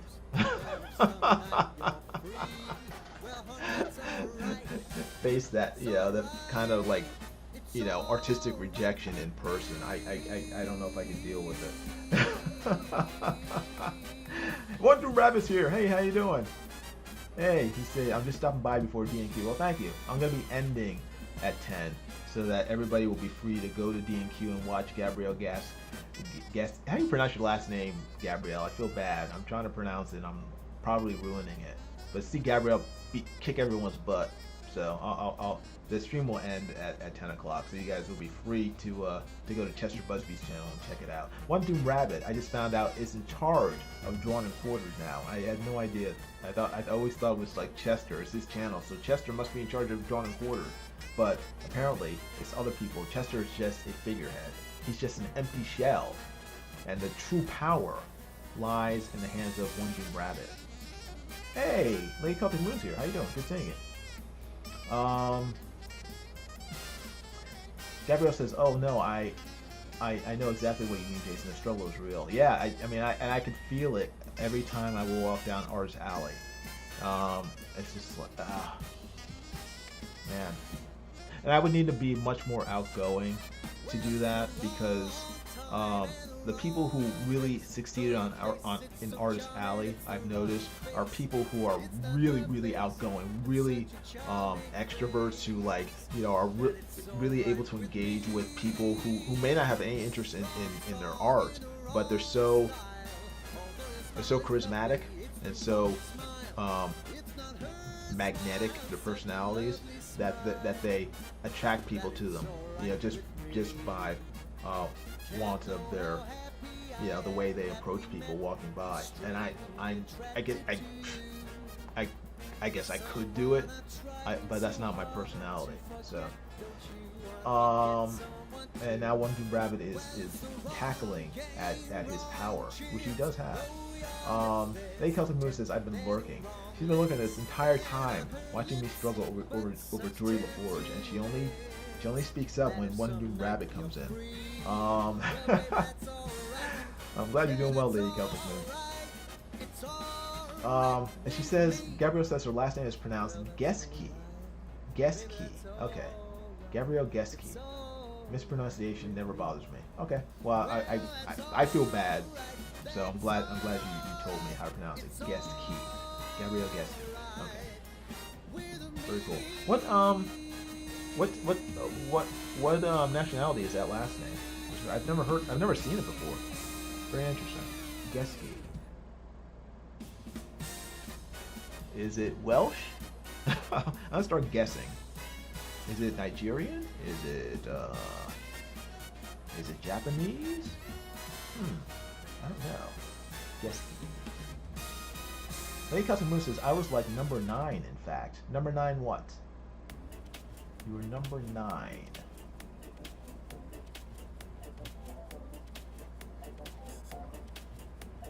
We're still doing Drawn in Court Fan Edition. This been going on constantly. Every week, every Thursday, 10 o'clock, like clockwork. Actually, I think Fan Edition has been more consistent than the Pro Edition. Ha ha ha, Geski again. Ha ha ha. Oh, on the thumbs up. Oh, I got 9 thumbs up? I can't tell. I'm looking on my cell phone, so I can only see the number of people in the chat. I don't know how many thumbs up I have. Hopefully, I've broken 10. That would be awesome. So, thank you very much, Lady Celtic Moon. Thank you very much, number 9. It's awesome. That means even though some people may not be saying anything, they're still watching and liking the live stream. So that's very encouraging. Thank you everybody very much for stroking my fragile ego and making me realize that people actually do watch the live streams. It's very helpful to my ego because I am a sensitive artist and I need constant affirmation. So it's much appreciated. Keep it coming. Keep it coming. Now, I am obviously not going to finish this drawing by 10 o'clock, which is in about 11 minutes, but I will finish the drawing off stream, and then, I'll be posting it as per usual on the social medias. If you have not already done so, follow me on social media. All the links are down below. Twitter, Facebook, Instagram. You see this and many of my other drawings posted on said media sites.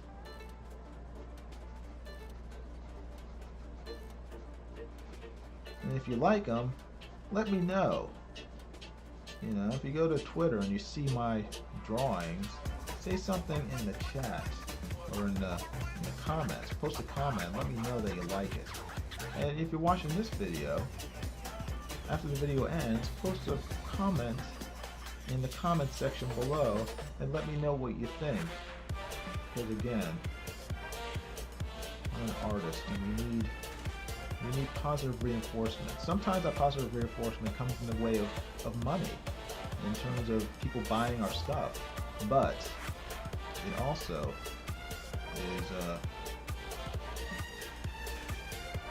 shows up in the form of just comments. And comments are free. So if you like what you see, please let me know so I can give you more of it. Or if there's something you would like to see, please let me know so I could possibly draw it. Because right now I'm just drawing what I like, which is cool. Drawing what I like keeps me motivated. But if you have some ideas of what you might like me to draw, let me know. and I might draw it. Or if you want to commission me, that'd be even better. Because that way, I draw something you like, and then I get paid, and it's a win-win. But regardless, just if you like my artwork, subscribe, hit the bell for notifications of future videos. Make sure that it's set for all notifications. Give the live stream a thumbs up, and comment in the comment section. I would greatly appreciate it, and it would help the YouTube algorithm. The algorithm of the YouTubes somehow magically recognizes everybody's sort of comments and everything, and magically turns that into fodder to promote the various videos. So the more you guys comment, subscribe, and thumb things up or thumb things down, the more attention you give to a video, the more likely YouTube will be to promote it. So help me out by giving the channel some love. Let's see. Gabrielle says that Geske is a German last name.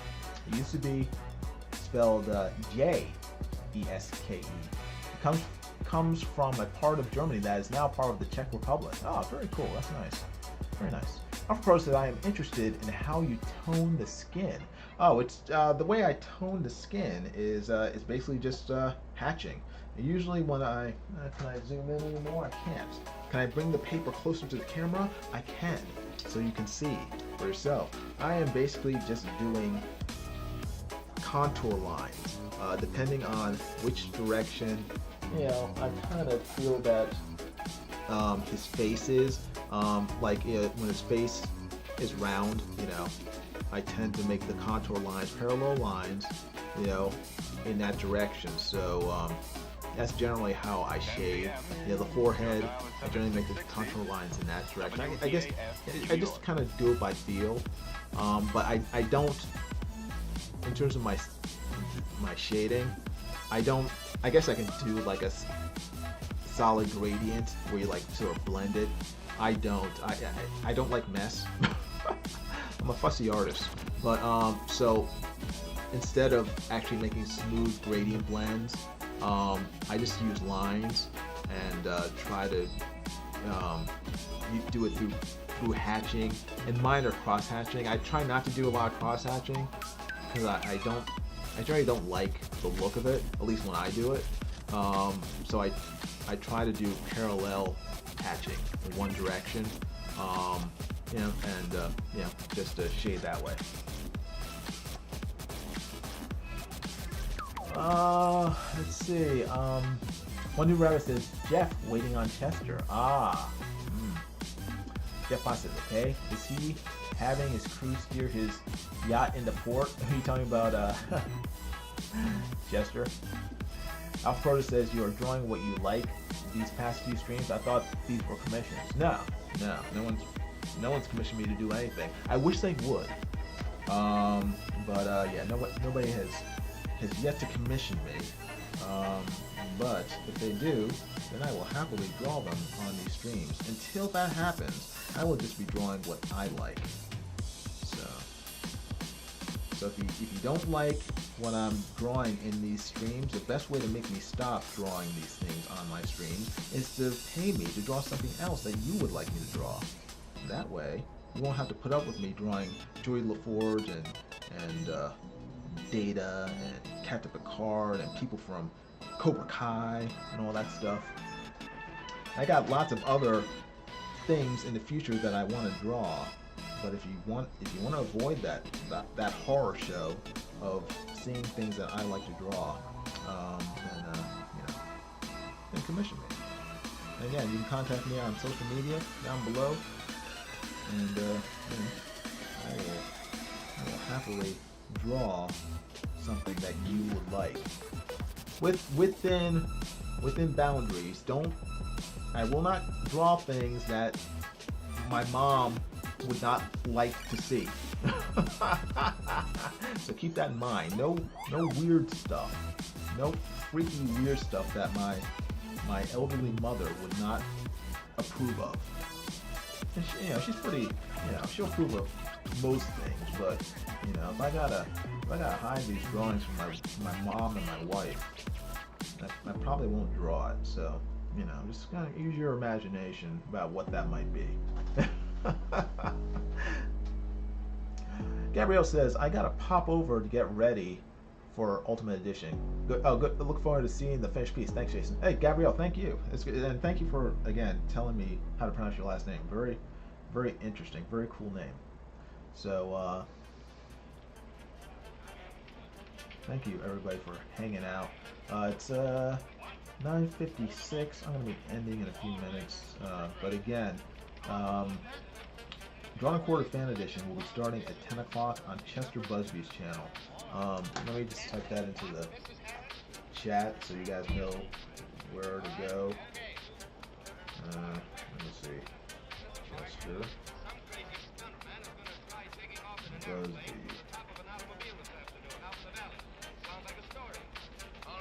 There you go. Chester Busby. If you just type that name, his name, into the search on YouTube, that should take you to his channel. And yeah, Drawn and Quartered Fan Edition is a 2-hour competition where artists, comic book fans draw and compete against each other.